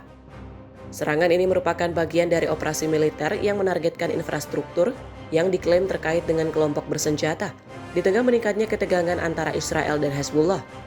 Sebelumnya, militer Israel dikabarkan telah mengeluarkan peringatan evakuasi kepada warga di sejumlah wilayah selatan Beirut menyusul potensi serangan lanjutan. Hingga kini belum ada data resmi terkait jumlah korban, namun serangan tersebut menambah panjang daftar korban dan kerusakan akibat konflik yang terus meluas di kawasan. Situasi di Beirut masih tegang dengan risiko serangan lanjutan yang masih terbuka. Sementara warga diminta untuk tetap waspada dan mengikuti arahan otoritas setempat. Tim redaksi Sinpo TV melaporkan. Sebuah kompleks religi Syiah di kota Zanjan, Iran dilaporkan mengalami kerusakan parah setelah terkena dampak serangan yang menghantam sejumlah bagian bangunan. Insiden ini menambah daftar panjang kerusakan terhadap fasilitas sipil dan situs religi. Rekaman video menunjukkan kondisi bangunan yang mengalami kerusakan parah dengan bagian struktur yang runtuh dan puing-puing berserakan di lokasi, serta beberapa bagian bangunan yang tampak hangus akibat dampak ledakan. Laporan menyebutkan serangan menghantam bagian dari kompleks religi, termasuk area administrasi, perpustakaan, dan fasilitas lainnya, yang menyebabkan korban jiwa dan luka-luka serta kerusakan signifikan pada infrastruktur di dalam kawasan tersebut. Tim penyelamat langsung diterjunkan ke lokasi kejadian untuk melakukan evakuasi dan pencarian korban, serta membersihkan puing-puing bangunan yang rusak dengan proses penanganan yang masih terus berlangsung di lapangan. Insiden ini menambah daftar panjang kerusakan terhadap fasilitas sipil dan situs religi di Iran, di tengah eskalasi konflik yang terus memanas di kawasan yang semakin meningkatkan risiko terhadap objek non-militer. Hingga kini belum ada konfirmasi independen terkait target spesifik dan skala kerusakan secara menyeluruh. Sementara otoritas setempat masih melakukan penanganan lanjutan dan terus memantau perkembangan situasi di lokasi kejadian. Tim redaksi Sinpo TV melaporkan. Pemirsa, badai kuat disertai debu Sahara menerjang Yunani mengubah langit Kreta menjadi merah pekat. 1 orang dilaporkan tewas akibat banjir dan angin kencang. Fenomena langit merah menyelimuti Pulau Kreta saat badai besar yang dipicu debu dari Gurun Sahara menuju wilayah tersebut. Kejadian ini diklaim terjadi pada 1 April 2026. Terdapat juga angin kencang dan hujan deras yang menyebabkan banjir di sejumlah daerah, termasuk daratan utama Yunani. Petugas pemadam kebakaran menerima sekitar 500 panggilan darurat untuk menangani pohon tumbang, memompa air dari rumah yang terendam, serta menyelamatkan 33 orang yang terjebak. Listrik padam di sejumlah wilayah Athena, sementara lalu lintas terganggu akibat genangan dan kendaraan mogok. Di Kepulauan Aegean, jalanan berubah menjadi aliran air akibat gelombang laut ganas wilayah pesisir. Di Pulau Paros, sejumlah kendaraan terhanyut dan sebuah jembatan kecil dilaporkan runtuh. Pemerintah setempat menutup sekolah untuk sementara. Tim redaksi Sinpo TV melaporkan.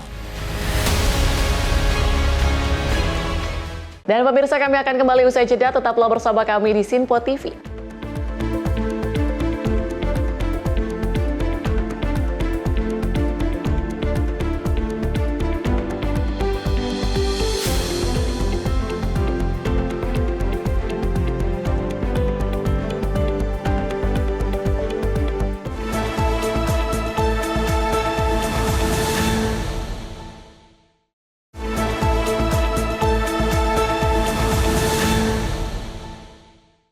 Anda kembali menyaksikan Menyapa Indonesia Pagi.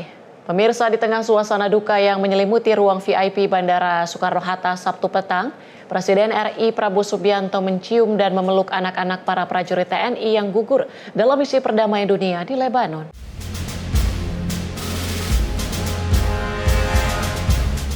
Presiden Prabowo Subianto hadir sekitar pukul 18.51 waktu Indonesia Barat bersama sejumlah pejabat negara untuk memberikan penghormatan terakhir. Bukan hanya hadir sebagai kepala negara, Prabowo juga menunjukkan gestur empati yang mendalam kepada keluarga yang ditinggalkan. Presiden Prabowo tampak mendekati satu persatu keluarga almarhum, memegang pundak mereka, dan berbincang singkat dengan penuh perhatian. Saat isak tangis pecah menyambut kedatangan peti jenazah, Prabowo tetap berada di tengah keluarga memberikan penguatan secara langsung. Dalam beberapa momen, Presiden Prabowo juga terlihat mencium dan menyapa anak-anak para prajurit yang gugur, seolah berusaha menghadirkan ketenangan di tengah duka yang mendalam. Kehadiran Prabowo Subianto di sisi keluarga menjadi simbol kedekatan negara dengan para prajurit dan keluarganya. Gestur sederhana seperti sentuhan di pundak dan sapaan hangat memberikan makna besar bagi keluarga yang tengah berduka. Sebelumnya, suasana haru telah terasa saat satu persatu jenazah tiba sekitar pukul 18:22 waktu Indonesia Barat. Tangis keluarga pecah dengan sejumlah anggota keluarga tak kuasa menahan air mata. Anak-anak almarhum tampak berdiri di samping peti menyambut kepulangan orang tua mereka dalam keheningan yang menyayat hati.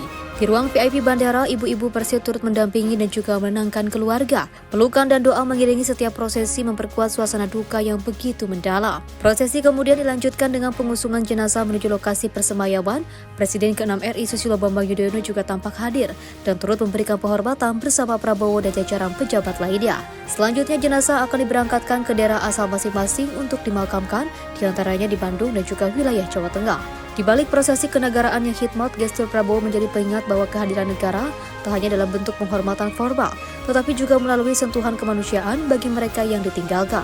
Dari Jakarta, Dio Malau, Dabar Rizkyano, Simpo TV melaporkan.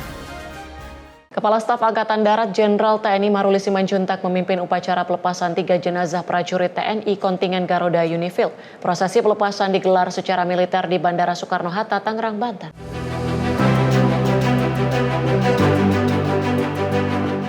Kepala Staf Angkatan Darat Jenderal TNI Maruli Simanjuntak memimpin langsung upacara pelepasan 3 jenazah prajurit TNI. Upacara digelar di Terminal 3 Bandara Soekarno-Hatta pada Sabtu malam. Suasana haru menyelimuti prosesi saat keluarga turut mengantarkan kepergian para prajurit. Peti jenazah masing-masing dibalut bendera merah putih sebagai bentuk penghormatan terakhir dari negara.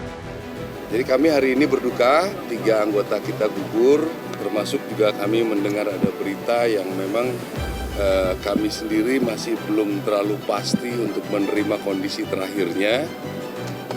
Ada yang kondisi masuk rumah sakit, ada berapa orang, ada di Angkatan Darat ada 2 orang. Memang kami belum dapat informasinya secara detail, tapi yang untuk 3 orang ini kami sangat kehilangan. Beliau-beliau ini adalah putra-putra terbaik kami yang memang kami pilih dulu untuk berangkat penugasan peacekeeping. Jadi mudah-mudahan nanti tindak lanjut penyelesaian ini saya kira sudah direncanakan oleh Mabes TNI, Kementerian Pertahanan, dan juga mungkin atas nama negara. Mudah-mudahan bisa semakin jelas bagaimana peristiwa ini terjadi. 3-nya merupakan bagian dari kontingen Garuda yang bertugas dalam misi perdamaian PBB di Lebanon Selatan. Atas jasa dan pengabdiannya, ketiga prajurit mendapatkan kenaikan pangkat luar biasa Anumerta. Sebelum prosesi pelepasan militer, Presiden Prabowo Subianto turut hadir, memberikan penghormatan terakhir, serta menyampaikan bela sungkawa kepada keluarga ahli waris. Setelah upacara pelepasan, jenazah diterbangkan menuju daerah asal masing-masing untuk dimakamkan secara militer. Sebelum dipulangkan ke tanah air, upacara penghormatan militer juga digelar oleh pasukan United Nations Interim Force in Lebanon di Beirut, Lebanon. Dalam prosesi tersebut, ketiga peti jenazah disemati skarf PBB sebagai bentuk penghargaan atas dedikasi dan pengabdian dalam misi perdamaian dunia. Dari Jakarta, Dio Malau, Davar Rizkyano, Simpo TV melaporkan. Kita ke informasi lain, pemirsa. Wakil Ketua Komisi 6 DPR RI Andre Rosadi pastikan ratusan kapal milik Pertamina dapat melintas kembali di Selat Hormuz. Pemerintah juga menegaskan ketersediaan BBM nasional dalam kondisi aman. Yang 2 memang tertaran di Selat Hormuz, tapi kapal-kapal tanker Pertamina yang lain terus berdatangan ke Indonesia untuk terus menjaga stok ketahanan BBM. Menurut Andre, tertahannya kapal bukan hanya dialami oleh kapal milik Pertamina, namun dialami juga oleh kapal dari berbagai negara. Hambatan yang terjadi bersifat administratif dan bukan karena pelarangan operasional. Andre juga menyebut dengan adanya komitmen, peluang kapal dari Indonesia untuk melintas kembali dalam waktu dekat cukup besar. Kekhawatiran masyarakat terhadap situasi pasokan energi telah dipastikan kondisi stok BBM nasional tetap aman, karena pemerintah telah mengantisipasi situasi tersebut dengan baik. Tidak usah terpengaruh soal isu hoax ya, bahwa 1 April akan ada kenaikan, itu sudah terbantahkan dan sudah terbukti bahwa 1 April tidak ada kenaikan BBM. Yang 2 memang tertaran di Selat Hormuz, tapi kapal-kapal tanker Pertamina yang lain terus berdatangan ke Indonesia untuk terus menjaga stok ketahanan BBM kita. Lebih lanjut, Andre menilai kesiapan pemerintah dalam menghadapi situasi ini menunjukkan pemahaman yang kuat terhadap dinamika politik global, termasuk langkah antisipatif dalam menjaga stabilitas pasokan energi nasional. Dari Tangerang, Banten, Simpo TV melaporkan. Pemerintah terus mengambil langkah strategis untuk menjaga keseimbangan antara keberlanjutan industri penerbangan nasional dan daya beli masyarakat di tengah tekanan ekonomi global dan geopolitik. Menteri Perhubungan Dudi Purwagadi menyampaikan bahwa kenaikan harga aftur menjadi salah satu tantangan utama yang dihadapi industri penerbangan saat ini.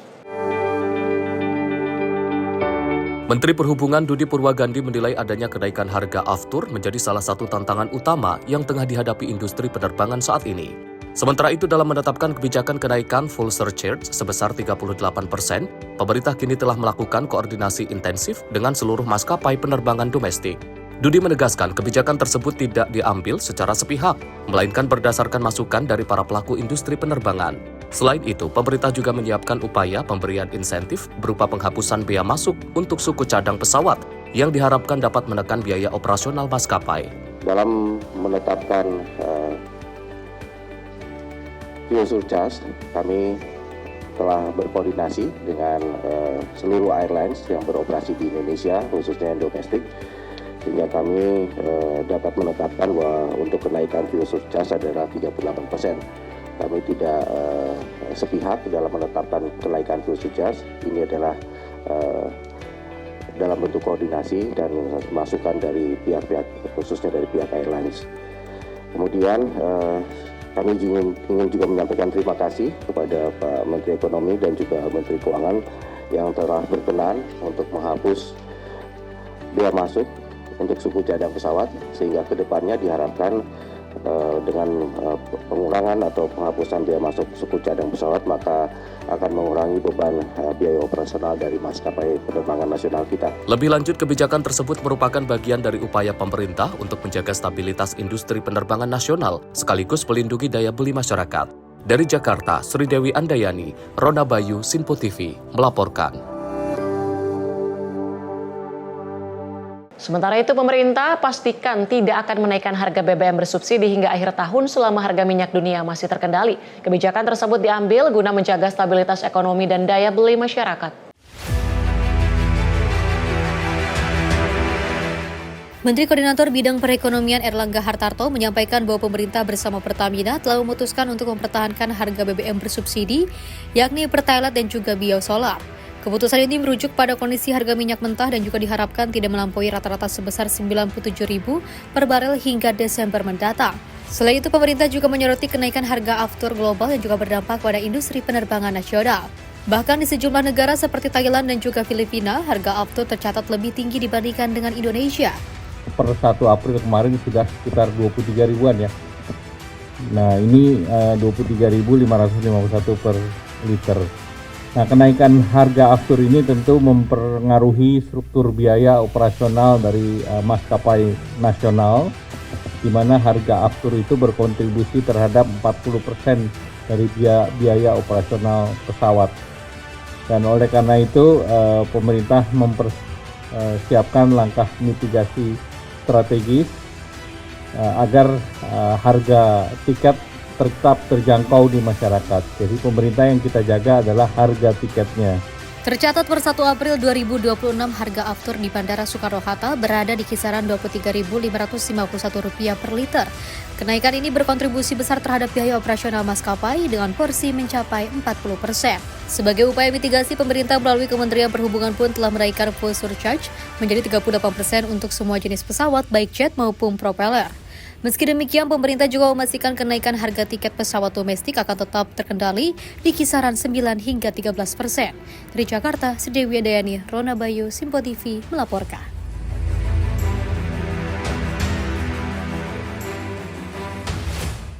Kita ke informasi lain, pemirsa. Risiko kebakaran hutan dan lahan diprediksi meningkat dari sebelumnya pada tahun 2026. Hal ini seiring dengan potensi kekeringan yang terjadi lebih awal dan berlangsung lebih panjang. Menteri Kehutanan Raja Juli Antoni mengungkapkan potensi kekeringan pada tahun 2026 diprediksi akan terjadi lebih awal dan berlangsung lebih panjang.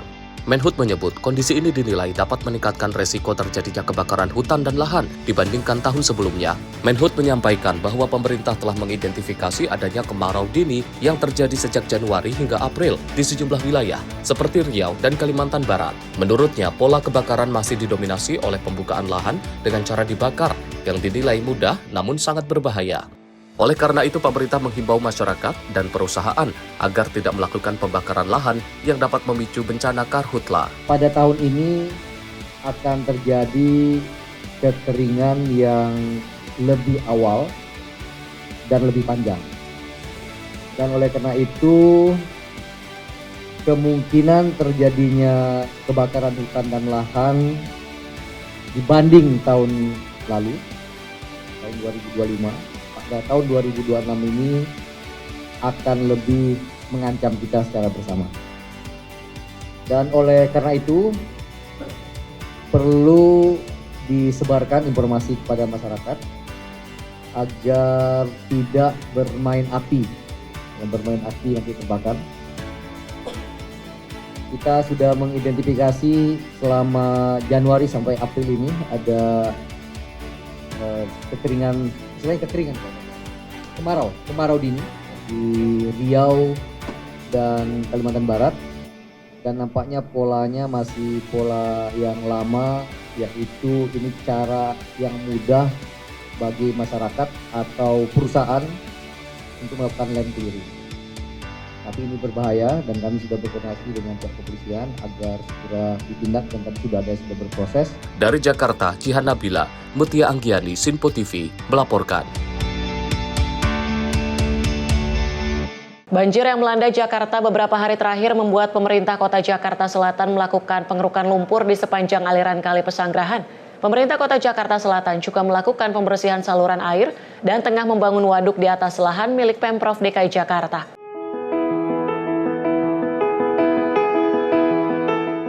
Dengan melibatkan TNI Polri dan pemadam kebakaran, pemerintah Kota Jakarta Selatan melakukan pengerukan di aliran Kali Pesanggerahan. Pengerukan difokuskan untuk mengurangi volume sedimen lumpur sedalam 1 meter dengan panjang 1,4 km di aliran Kali Pesanggerahan. Untuk mempermudah 5 alat berat dikerahkan. Selain aliran kali, saluran air di sekitar wilayah Danau Cakapalio dan juga sepanjang jalan Kali Inspeksi Pesanggerahan juga menjadi target bersih-bersih sampah pada hari ini. Bantaran kali sedimen sudah tinggi, sudah menjadi daratan. Tentunya air menggerus ke sebelah kanan, sisi kanan, yang mengakibatkan bisa merusak tanggul. Makanya pada hari kita lakukan selama waktu sampai akhir tahun, kurang lebih 36.174 kubik lumpur yang akan diangkat. Kepanjangannya 1 kilo 444 meter. Mudah-mudahan dengan kerja bakti ini akan mengurangi genangan di wilayah bantaran Kali Pesanggerahan. Sebagai langkah antisipasi banjir, pemerintah Kota Jakarta Selatan juga tengah membuat sumur resapan air di sejumlah titik dan waduk di atas lahan seluas 2,8 hektar milik Pemprov DKI Jakarta di wilayah Bintaro. Insya Allah kita akan buatkan waduk ya. Nah, itu akan mengurangi banyak lah terkait dengan genangan yang ada di Swadharma atau Kali Keuangan lah. Kalau itu sudah kita aplikasikan, udah jadi, insya Allah lah daerah Swadharma, Keuangan insya Allah bisa terbantu dengan adanya pembuatan waduk yang ada di Waduk dan sumur resapan ini diharapkan dapat mengurangi banjir yang terjadi di wilayah Jakarta Selatan, terutama di wilayah Pesanggerahan. Dari Jakarta, jurnalis Sinpo TV melaporkan. Kebaktian pasca subuh yang digelar di Taman Makam Pahlawan atau TMP Kalibata Jakarta Selatan diikuti ratusan keluarga pahlawan Minggu subuh. Selain ibadah Paskah, acara dilanjutkan dengan ziarah makam para pahlawan di area TMP Kalibata untuk mendoakan para pahlawan yang telah gugur untuk saat masa perjuangan.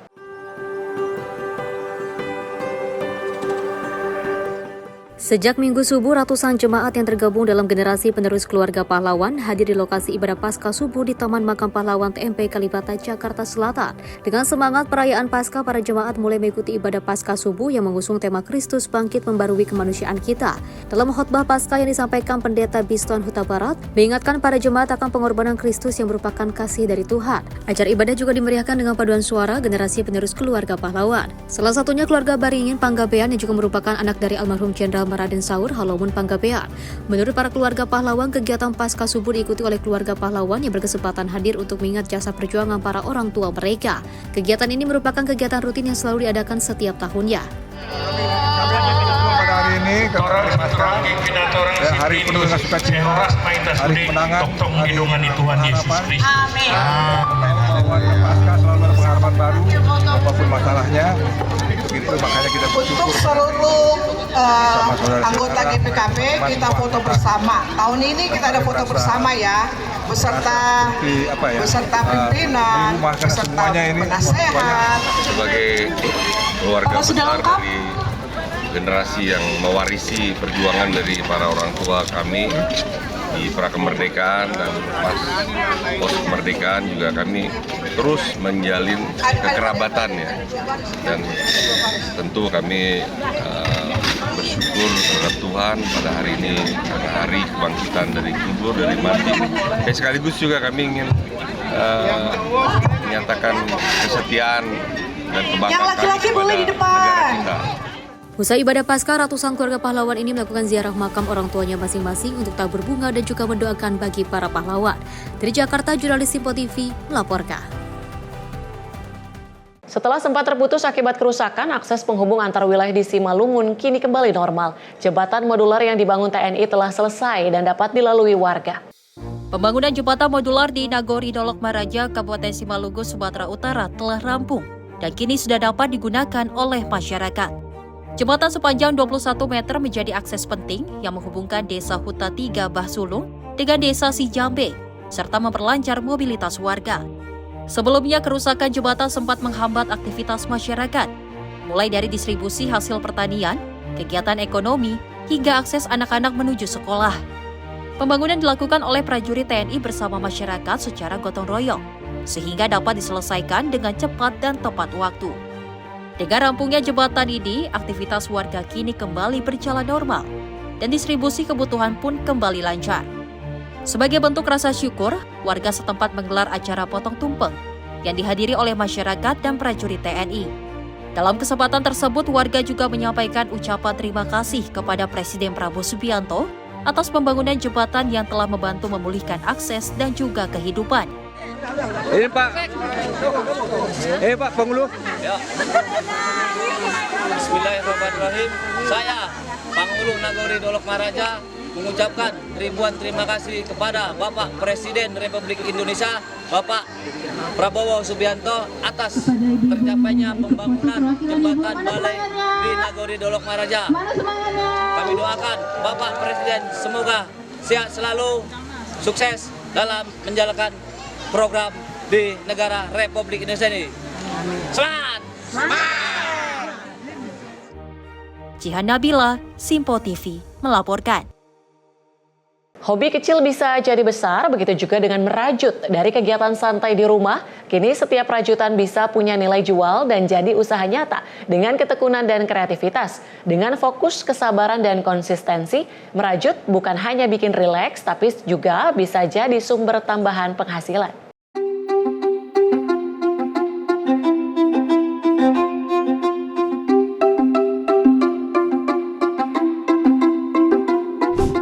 Halo pemirsa Simpo TV, lagi cari hobi yang chill tapi tetap produktif. Nah, merajut ini bisa menjadi salah satu hobi yang chill banget ini. Selain bisa menghasilkan mood yang bagus, ini juga dari awal yang cuma iseng menghasilkan karya yang unik dan juga keren, namun bisa menghasilkan penambahan ataupun penghasilan cuan. Nah, untuk selengkapnya ataupun bagaimana sih prosesnya untuk merajut itu sendiri, ikuti saya terus yuk.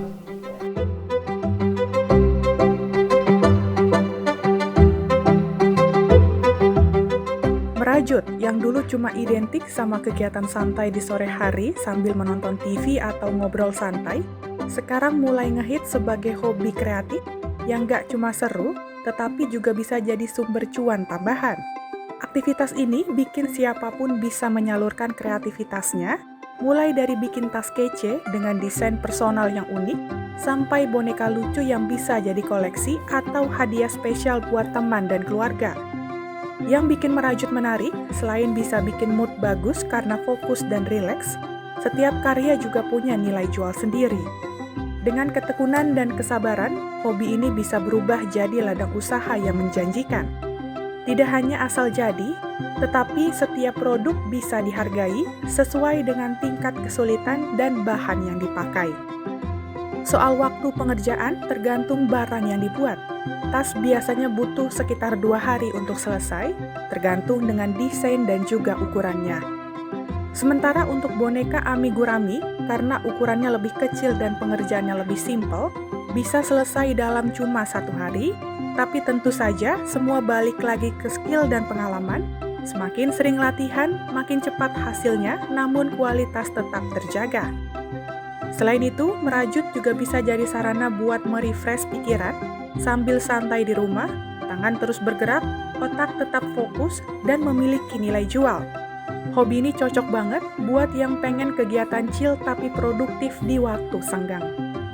Kali ini saya dapat kesempatan seru banget untuk belajar merajut langsung dari UMKM Orange Handmade, milik salah satu anggota Persit Kartika Chandra Kirana, cabang 1 Sintelat PG Mabesa. Selain belajar teknik, saya juga bisa lihat langsung bagaimana hobi ini bisa jadi peluang usaha yang nyata. Kalau untuk tas sendiri ya yang seperti ini kurang lebih 2 hari bisa jadi. Tapi kalau untuk yang ini bisa lebih cepat ya, mungkin 1 hari kita bisa jadi 1.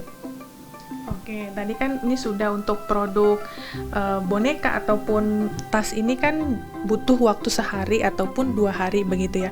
Kalau menurut Mbaknya sendiri, ada nggak sih dari kegiatan merajut ini bisa menjadi peluang usaha atau tambahan uang jajan begitu Mbak? Ya, asal ditekuni dan telaten, insya Allah bisa ya menambah sedikit-sedikit. Tapi ya itu kuncinya harus telaten. Mbak boleh kasih tahu nggak sih kalau kisaran harga rajutan ini mulai dari tas, terus kemudian boneka ataupun gantungan kunci tuh kisaran harganya berapa nih Mbak biasanya? Oke, kalau untuk harga ya kita tergantung ukurannya. Untuk tas yang ini kan kita ukurannya kecil. Ini sekitar 725 dan dia berbahan tambahannya kulit gitu. Kemudian kalau untuk amigurumi ini kisarannya di atas 100 ya, mungkin antara 125 atau 150. Kalau untuk amigurumi yang lebih kecil kita mungkin bisa antara 50 sampai 100 ribu. Oke. Nah, kesulitan apa sih yang biasanya dihadapin sama Mbak Zuria ini dalam belajar merajut begitu, atau mungkin mengajarkan merajut ke orang-orang yang baru pemula seperti saya tadi tuh Mbak, ada nggak sih Mbak kesulitannya gitu? Oh iya, kalau itu lebih ke masing-masing ya. Jadi kalau kita mau belajar merajut tuh sebenarnya kuncinya harus memang berminat, happy, telaten. Kalau misalkan nggak bisa, biasanya nggak jalan gitu.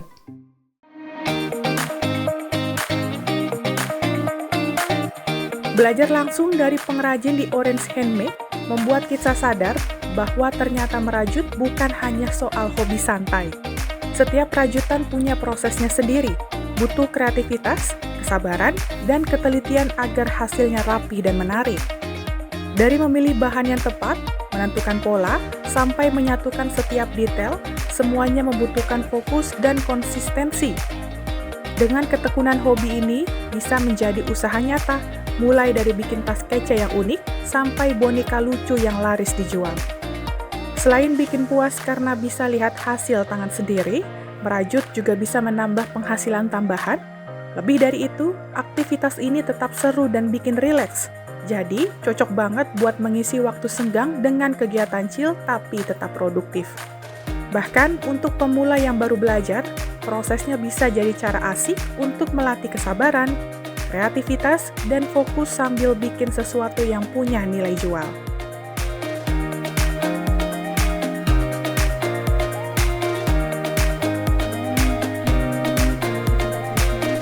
Ya, meskipun untuk merajut sendiri ini agak-agak susah di awal, namun kalau misalkan sudah mulai tahu tekniknya bagaimana, ini sangat gampang sekali begitu ya. Meskipun memang dari benang sederhana ini bisa menjadi karya yang unik dan juga mempunyai nilai harga, dan tentunya selain itu bisa bikin mood jadi happy, mengisi waktu luang, dan Kalau misalkan ditekuni, ini bisa menjadi cuan dan tambah-tambahan uang jajan ataupun tabungan. Gimana pemirsa Simpo TV, tertarik nggak sih untuk belajar merajut? Kalau saya sih tentunya tertarik banget. Habis ini saya bakalan belajar lagi cara merajut, nantinya juga akan saya jual-jualin nih ke teman-teman Simpo TV. Dari Bandung, Jawa Barat, Jihan Nabila dan juga Muti Anggiani, Simpo TV melaporkan.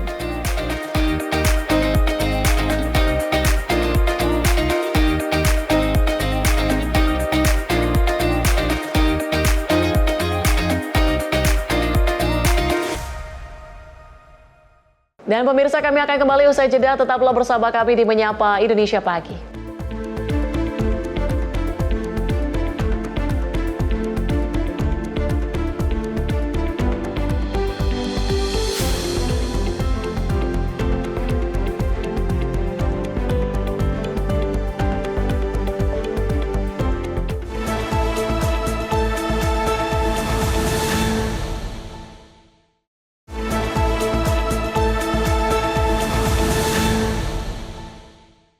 Terima kasih Anda masih bersama kami di Menyapa Indonesia Pagi. Kita ke Menteri Keuangan RI, Purbaya Yudi Sadewa memastikan harga bahan bakar minyak bersubsidi tidak akan naik hingga akhir tahun 2026. Menkyu menyatakan bahwa pemerintah telah menyiapkan berbagai skenario perhitungan untuk antisipasi lonjakan harga minyak global. Meski harga minyak dunia tengah meningkat akibat perang di Timur Tengah, Menteri Keuangan RI Purbaya Yudi Sadewa memastikan harga bahan bakar minyak bersubsidi tidak akan naik hingga akhir tahun 2026. Hal tersebut disampaikan Purbaya saat rapat bersama Komisi 11 DPR RI di Kompleks Parlemen Senayan, Jakarta pada Senin 6 April 2026. Dalam rapat tersebut, Purbaya menjelaskan bahwa ketahanan APBN masih cukup kuat untuk menahan tekanan, termasuk dari kenaikan harga minyak dunia. Menkeu menegaskan bahwa pemerintah telah menyiapkan berbagai skenario pengelolaan anggaran agar tetap stabil hingga akhir tahun, serta untuk mengantisipasi lonjakan harga minyak global. Jadi waktu kita exercise, saya sudah exercise dengan harga minyak dunia rata-rata $100 per barrel sampai akhir tahun, dengan exercise yang lain, pemotongan di sana-sini, pengamatan di sana-sini, kita bisa pastikan defisitnya masih di sekitar 2,9% di sekitar situ. Jadi ingin menegaskan lagi bahwa harga BBM bersubsidi tidak akan naik sampai akhir tahun dan anggaran saya cukup. Kalau kepepet gimana? Misalnya harganya lebih tinggi lagi, saya nggak terkendali misalnya. Selama suplainya ada, kita masih punya bantalan uang sebesar 420 triliun rupiah yang sekarang dalam bentuk sisa anggaran lebih atau saldo. Kalau kepepet itu masih bisa dipakai, tapi rasanya sih kita karena masih jauh, karena harga minyak kecil peluangnya bertahan di atas 100 untuk waktu yang berkepanjangan. Kalau kita lihat politiknya di Amerika Serikat seperti apa. Tim redaksi Simpo TV melaporkan. Dari Menteri Pekerjaan Umum Dodi Hanggodo, pastikan percepatan pembangunan pada Sekolah Rakyat Jawa Timur 1 di Kabupaten Gresik. Menteri Dodi ingin Sekolah Rakyat Jawa Timur 1 dapat rampung pada Juni 2026. Menteri Pekerjaan Umum Dodi Hanggodo meninjau langsung pembangunan Sekolah Rakyat Jawa Timur 1 di Kabupaten Gresik pada Minggu 5 April 2026. Peninjauan ini dilakukan untuk memastikan percepatan infrastruktur pendidikan yang ditargetkan rampung pada Juni 2026 dan digunakan mulai ajaran 2026 hingga 2027. Proyek ini adalah bagian dari 5 lokasi di Jawa Timur yang dibangun dengan konsep kawasan pendidikan terpadu. Nantinya sekolah tersebut berkonsep boarding school yang dilengkapi 36 ruang kelas, asrama siswa dan guru, masjid, laboratorium, klinik, dan sarana olahraga. Dengan begitu, Kementerian PU berkomitmen menyelesaikan proyek secara cepat dan berkualitas untuk menampung siswa dalam jumlah besar melalui pembangunan sekolah yang layak dan modern. Tim redaksi Simpo TV melaporkan. Pemerintah meninjau lahan aset PT Kereta Api Indonesia yang berada di Jalan Kemukus, Taman Sari, Jakarta Barat. Lahan akan dibangun 1.000 unit hunian melalui skema dana tanggung jawab sosial perusahaan atau CSR dari PT Astra Internasional. Pemerintah melalui Menteri Perumahan dan Kawasan Permukiman RI Marwarar Sirait, Kepala Badan BUMN sekaligus COO Danantara Doni Oskaria, didampingi oleh Direktur Utama PT Kereta Api Indonesia Bobi Rashidin, meninjau lahan aset PT Kereta Api Indonesia yang berada di Jalan Kemukus dekat Stasiun Jakarta Kota Taman Sari, Jakarta Barat, Minggu sore. Peninjauan ini dalam rangka program penyediaan 3 juta hunian rakyat. Dalam penerapannya, pemerintah tengah menyiapkan skema pembiayaan alternatif melalui dana tanggung jawab sosial perusahaan atau CSR dalam pembangunan hunian tersebut. Dalam hal ini PT Astra International telah menyanggupi akan membangun hunian sebanyak 1.000 unit yang masing-masing satu unitnya akan berukuran 35 meter persegi dengan 2 kamar dan 1 kamar mandi. Datang ke tempat ini, saya polanya dialog saja. Kita sedang survei, kita siapkan aturan, juga aturan soal rumah susun subsidi, dan juga kita menyiapkan bagaimana skema rumah susun yang dibangun dari pembiayaan CSR. Tanahnya tetap pilih negara, kemudian yang bangun swasta, kemudian dibalikin kepada negara. Ini salah satu contoh kunjungan kerja sesuai arahan Presiden Prabowo. Kita bekerja dengan cepat buat rakyat. Kita datang hari ini dan langsung sudah ada yang menyiapkan lahan. Ya, dalam kunjungan kerja hari ini ada kepastian ada 1.000 rusun yang dibangun oleh Astra, ya, dan itu akan di tanah kereta api. Lokasinya kami akan menunggu daripada Pak Doni dan juga Dirut Kereta Api. Kemudian untuk skema-skema berikutnya, saya juga mau menyampaikan ada aturan soal rumah susun subsidi yang tanahnya bisa punya negara, bisa punya BUMN, bisa punya kementerian, bisa punya Pemda. Kemudian juga yang membangun bisa juga BUMN, bisa juga kementerian, bisa juga dari swasta. Pembiayaannya juga bisa dari APBN, bisa dari CSR, dan berbagai macam skema-skema lain. Cukup lumayan bagus. Ya, yang kedua adalah ini cukup jauh dari bantaran rel. Nah, sehingga kami melihat di sini potensi, dan kalau kita lihat nanti calon penghuninya dalam 10-15 tahun ke depan juga growing very fast. Jadi inilah sebenarnya hunian masa depannya Indonesia sebenarnya. Kita melihat, meninjau kesiapan lahan yang akan kita pergunakan untuk pembangunan rumah tadi, MBR dan MBT, dan insya Allah mudah-mudahan segera akan kita tentukan. Dan ini juga bagian daripada program pemerintah untuk menyediakan rumah bagi masyarakat Indonesia. Dan ini baru sebagian, tentu berikutnya akan terus lagi. Ya, insya Allah besok Pak Menteri Rumah juga akan ke Bandung, Pak, ya, untuk melihat lagi beberapa lokasi. Dan kami juga menyiapkan di beberapa kota, terutama sekali tentu kita prioritaskan di kota-kota yang kepadatannya tinggi. Jadi teman-teman sekalian, pada kesempatan ini saya sampaikan juga bahwa BUMN tentu ingin sekali memberikan manfaat yang lebih banyak bagi masyarakat Indonesia. Tentunya dengan kerjasama dengan Kementerian Perumahan dan Pemukiman, ini menunjukkan bahwa sinergi antar kementerian ini untuk program pemerintah bisa kita wujudkan semakin cepat dan semakin baik. Di samping itu, pihak Danantara bersama PT KAI sedang mengkaji potensi lokasi yang akan dipergunakan untuk pembangunan hunian, sekaligus juga memastikan keputusan mengenai lokasi akan diambil dalam waktu secepatnya. Hal ini telah menjadi bagian dari komitmen pemerintah untuk menyediakan hunian bagi masyarakat Indonesia. Tim Liputan Sinpo TV melaporkan. Gubernur Jawa Timur Hovifah Indar Parawansa mengajak SPPG bersama pemerintah kabupaten kota perkuat tata kelola program makan bergizi gratis di daerah. Hovifah menegaskan bahwa keterlibatan aktif kepala daerah melalui pemantauan langsung ke titik pelaksanaan menjadi kunci keberhasilan program. Terima kasih Bu Hovifah, sekarang ada MBG saya sangat semangat. Gubernur Jawa Timur Hovifah Indar Parawansa mengajak Satuan Pelayanan Pemenuhan Gizi atau SPPG bersama pemerintah kabupaten kota untuk memperkuat tata kelola program makan bergizi gratis dengan memastikan kualitas layanan dan ketepatan sasaran penerima manfaat tetap terjaga. Hal tersebut disampaikan Hovifah saat menghadiri kegiatan Jalan Sehat Formasi MBG 2026 di halaman SPPG Al-Anwar Group, Bangkalan, pada Sabtu 4 April 2026. Hovifah menegaskan bahwa keterlibatan aktif kepala daerah melalui pemantauan langsung ke titik-titik pelaksanaan MBG, baik di sekolah maupun pondok pesantren, menjadi kunci keberhasilan program ini. Karena itu, kepala daerah diimbau untuk menjaga mutu layanan dan ketepatan sasaran penerima.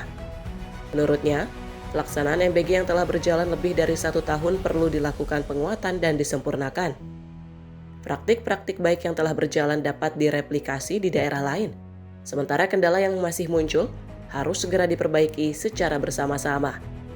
Tim redaksi Sinpo TV melaporkan. Semangat dan konsistensi ditunjukkan Budi Setiawan, penyandang disabilitas yang menjadi petugas kebersihan di dapur MBG di Karanganyar, Sabtu 4 April 2026. Program MBG tidak hanya membuka lapangan kerja, tapi juga menghadirkan lingkungan kerja yang inklusif dan memberi harapan baru bagi masyarakat. Sejak pagi hari, Budi Setiawan telah lebih dulu datang ke Satuan Pelayanan Pemenuhan Gizi atau SPPG di Desa Pojok, Kecamatan Mojogedang, Kabupaten Karanganyar, Jawa Tengah. Status sebagai penyandang disabilitas tidak menghalanginya untuk bekerja. Meski mengalami gangguan pada kaki yang membuatnya tidak bisa berjalan normal, Budi tetap menjalankan tugasnya sebagai petugas kebersihan dengan penuh tanggung jawab. Baginya, bekerja sebagai petugas kebersihan bukan sekedar rutinitas. Ini adalah kesempatan yang selama ini ia tunggu. Konsistensi adalah kunci agar kebersihan tetap terjaga. Dari sapu yang ia genggam setiap pagi, ada cerita tentang harapan, penerimaan, dan kesempatan kedua. Hal-hal sederhana yang kini terasa begitu berarti bagi Budi. Sempat jatuh dari sepeda sama kakak saya. Terus habis itu ya seperti operasi udah. Terus masa-masa pemulihan udah sembuh itu, terus di sini ada lowongan pekerjaan, saya mengelamar di sini. Alhamdulillahnya diterima di sini sebagai petugas kebersihan. Alhamdulillahnya senang sekali bisa bekerja dan bisa berkumpul dengan teman-teman. Lingkungannya menerima kondisi jenazah? Menerima juga, Pak. Yang pertamanya ditabung, terus yang kedua bisa membantu keluarga di rumah, yang mudah-mudahan bisa berlanjut terus, Pak. Kenapa Mas kok ingin MBG itu berlanjut? Dan supaya bisa bekerja dan masyarakat sekitarnya biar bisa bekerja di sini lagi. Buat Pak Prabowo, terima kasih atas adanya dapur MBG ini sehingga saya bisa dapat bekerja di sini dan masyarakat sekitarnya dapat merasakannya juga. Di dapur makan bergizi gratis ini tersimpan cerita tentang harapan dan kesempatan kedua. Budi merasa dirinya diterima bukan karena rasa iba, melainkan karena kemampuannya dalam bekerja. Lingkungan kerja yang inklusif membuatnya merasa nyaman. Ia merasa dihargai dan diperlakukan setara dengan pekerja lain. Penghasilan yang ia terima pun dimanfaatkan dengan penuh tanggung jawab. Sebagian ia sisihkan untuk tabungan, sebagian lagi diberikan untuk membantu keluarga di rumah.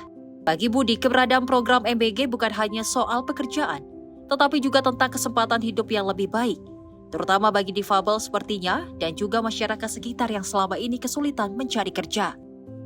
Karena itu ia berharap program tersebut tidak berhenti. Ada banyak harapan yang bergantung di dalamnya, termasuk harapannya sendiri. Selama bekerja, Budi mengaku tidak mengalami kendala. Ia menjalani hari-harinya dengan semangat yang sederhana, bekerja dengan baik, dan menjaga apa yang sudah ia dapatkan. Ia menyampaikan rasa terima kasihnya kepada Presiden RI Prabowo Subianto atas program yang telah membuka jalan baginya.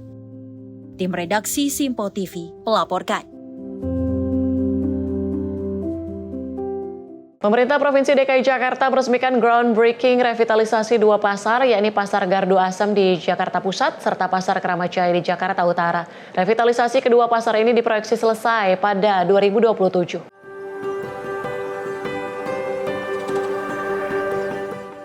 Gubernur DKI Jakarta Pramono Anung mengungkapkan revitalisasi ini dilakukan untuk memperbaiki kondisi pasar tradisional di Jakarta, sekaligus meningkatkan kualitas pelayanan dari pedagang dan juga pembeli. Pembangunan revitalisasi kedua pasar ini menggunakan anggaran dana penyertaan modal daerah atau PMD. Untuk Pasar Keramat Jaya mendapatkan PMD tahun 2016 senilai 10,2 miliar rupiah. Sedangkan Pasar Gardu Asem menggunakan PMD tahun 2017 sebesar 10,6 miliar rupiah. Finalisasi revitalisasi kedua pasar tersebut diproyeksi rampung pada tahun depan. Dengan mekanisme Pasar Gardu Asem selesai akhir Maret mendatang, sementara Pasar Keramat Jaya pada akhir Januari tahun depan. Pramono menjelaskan kehadiran pasar di Jakarta mengambil peran krusial, terlebih mengenai perputaran ekonomi berdampak. Hal ini disampaikan Prabowo usai meresmikan groundbreaking pasar di Jakarta Pusat pada Senin pagi. Sementara itu, selama proses revitalisasi berlangsung, para pedagang di Pasar Gardu Asem akan direlokasi ke Pasar Nangka Bungkur. Sedangkan bagi pasar di Keramat Jaya belum memiliki pedagang. Dua pasar ini, Pasar Gardu Asem luasnya 1.735 untuk 79 pedagang,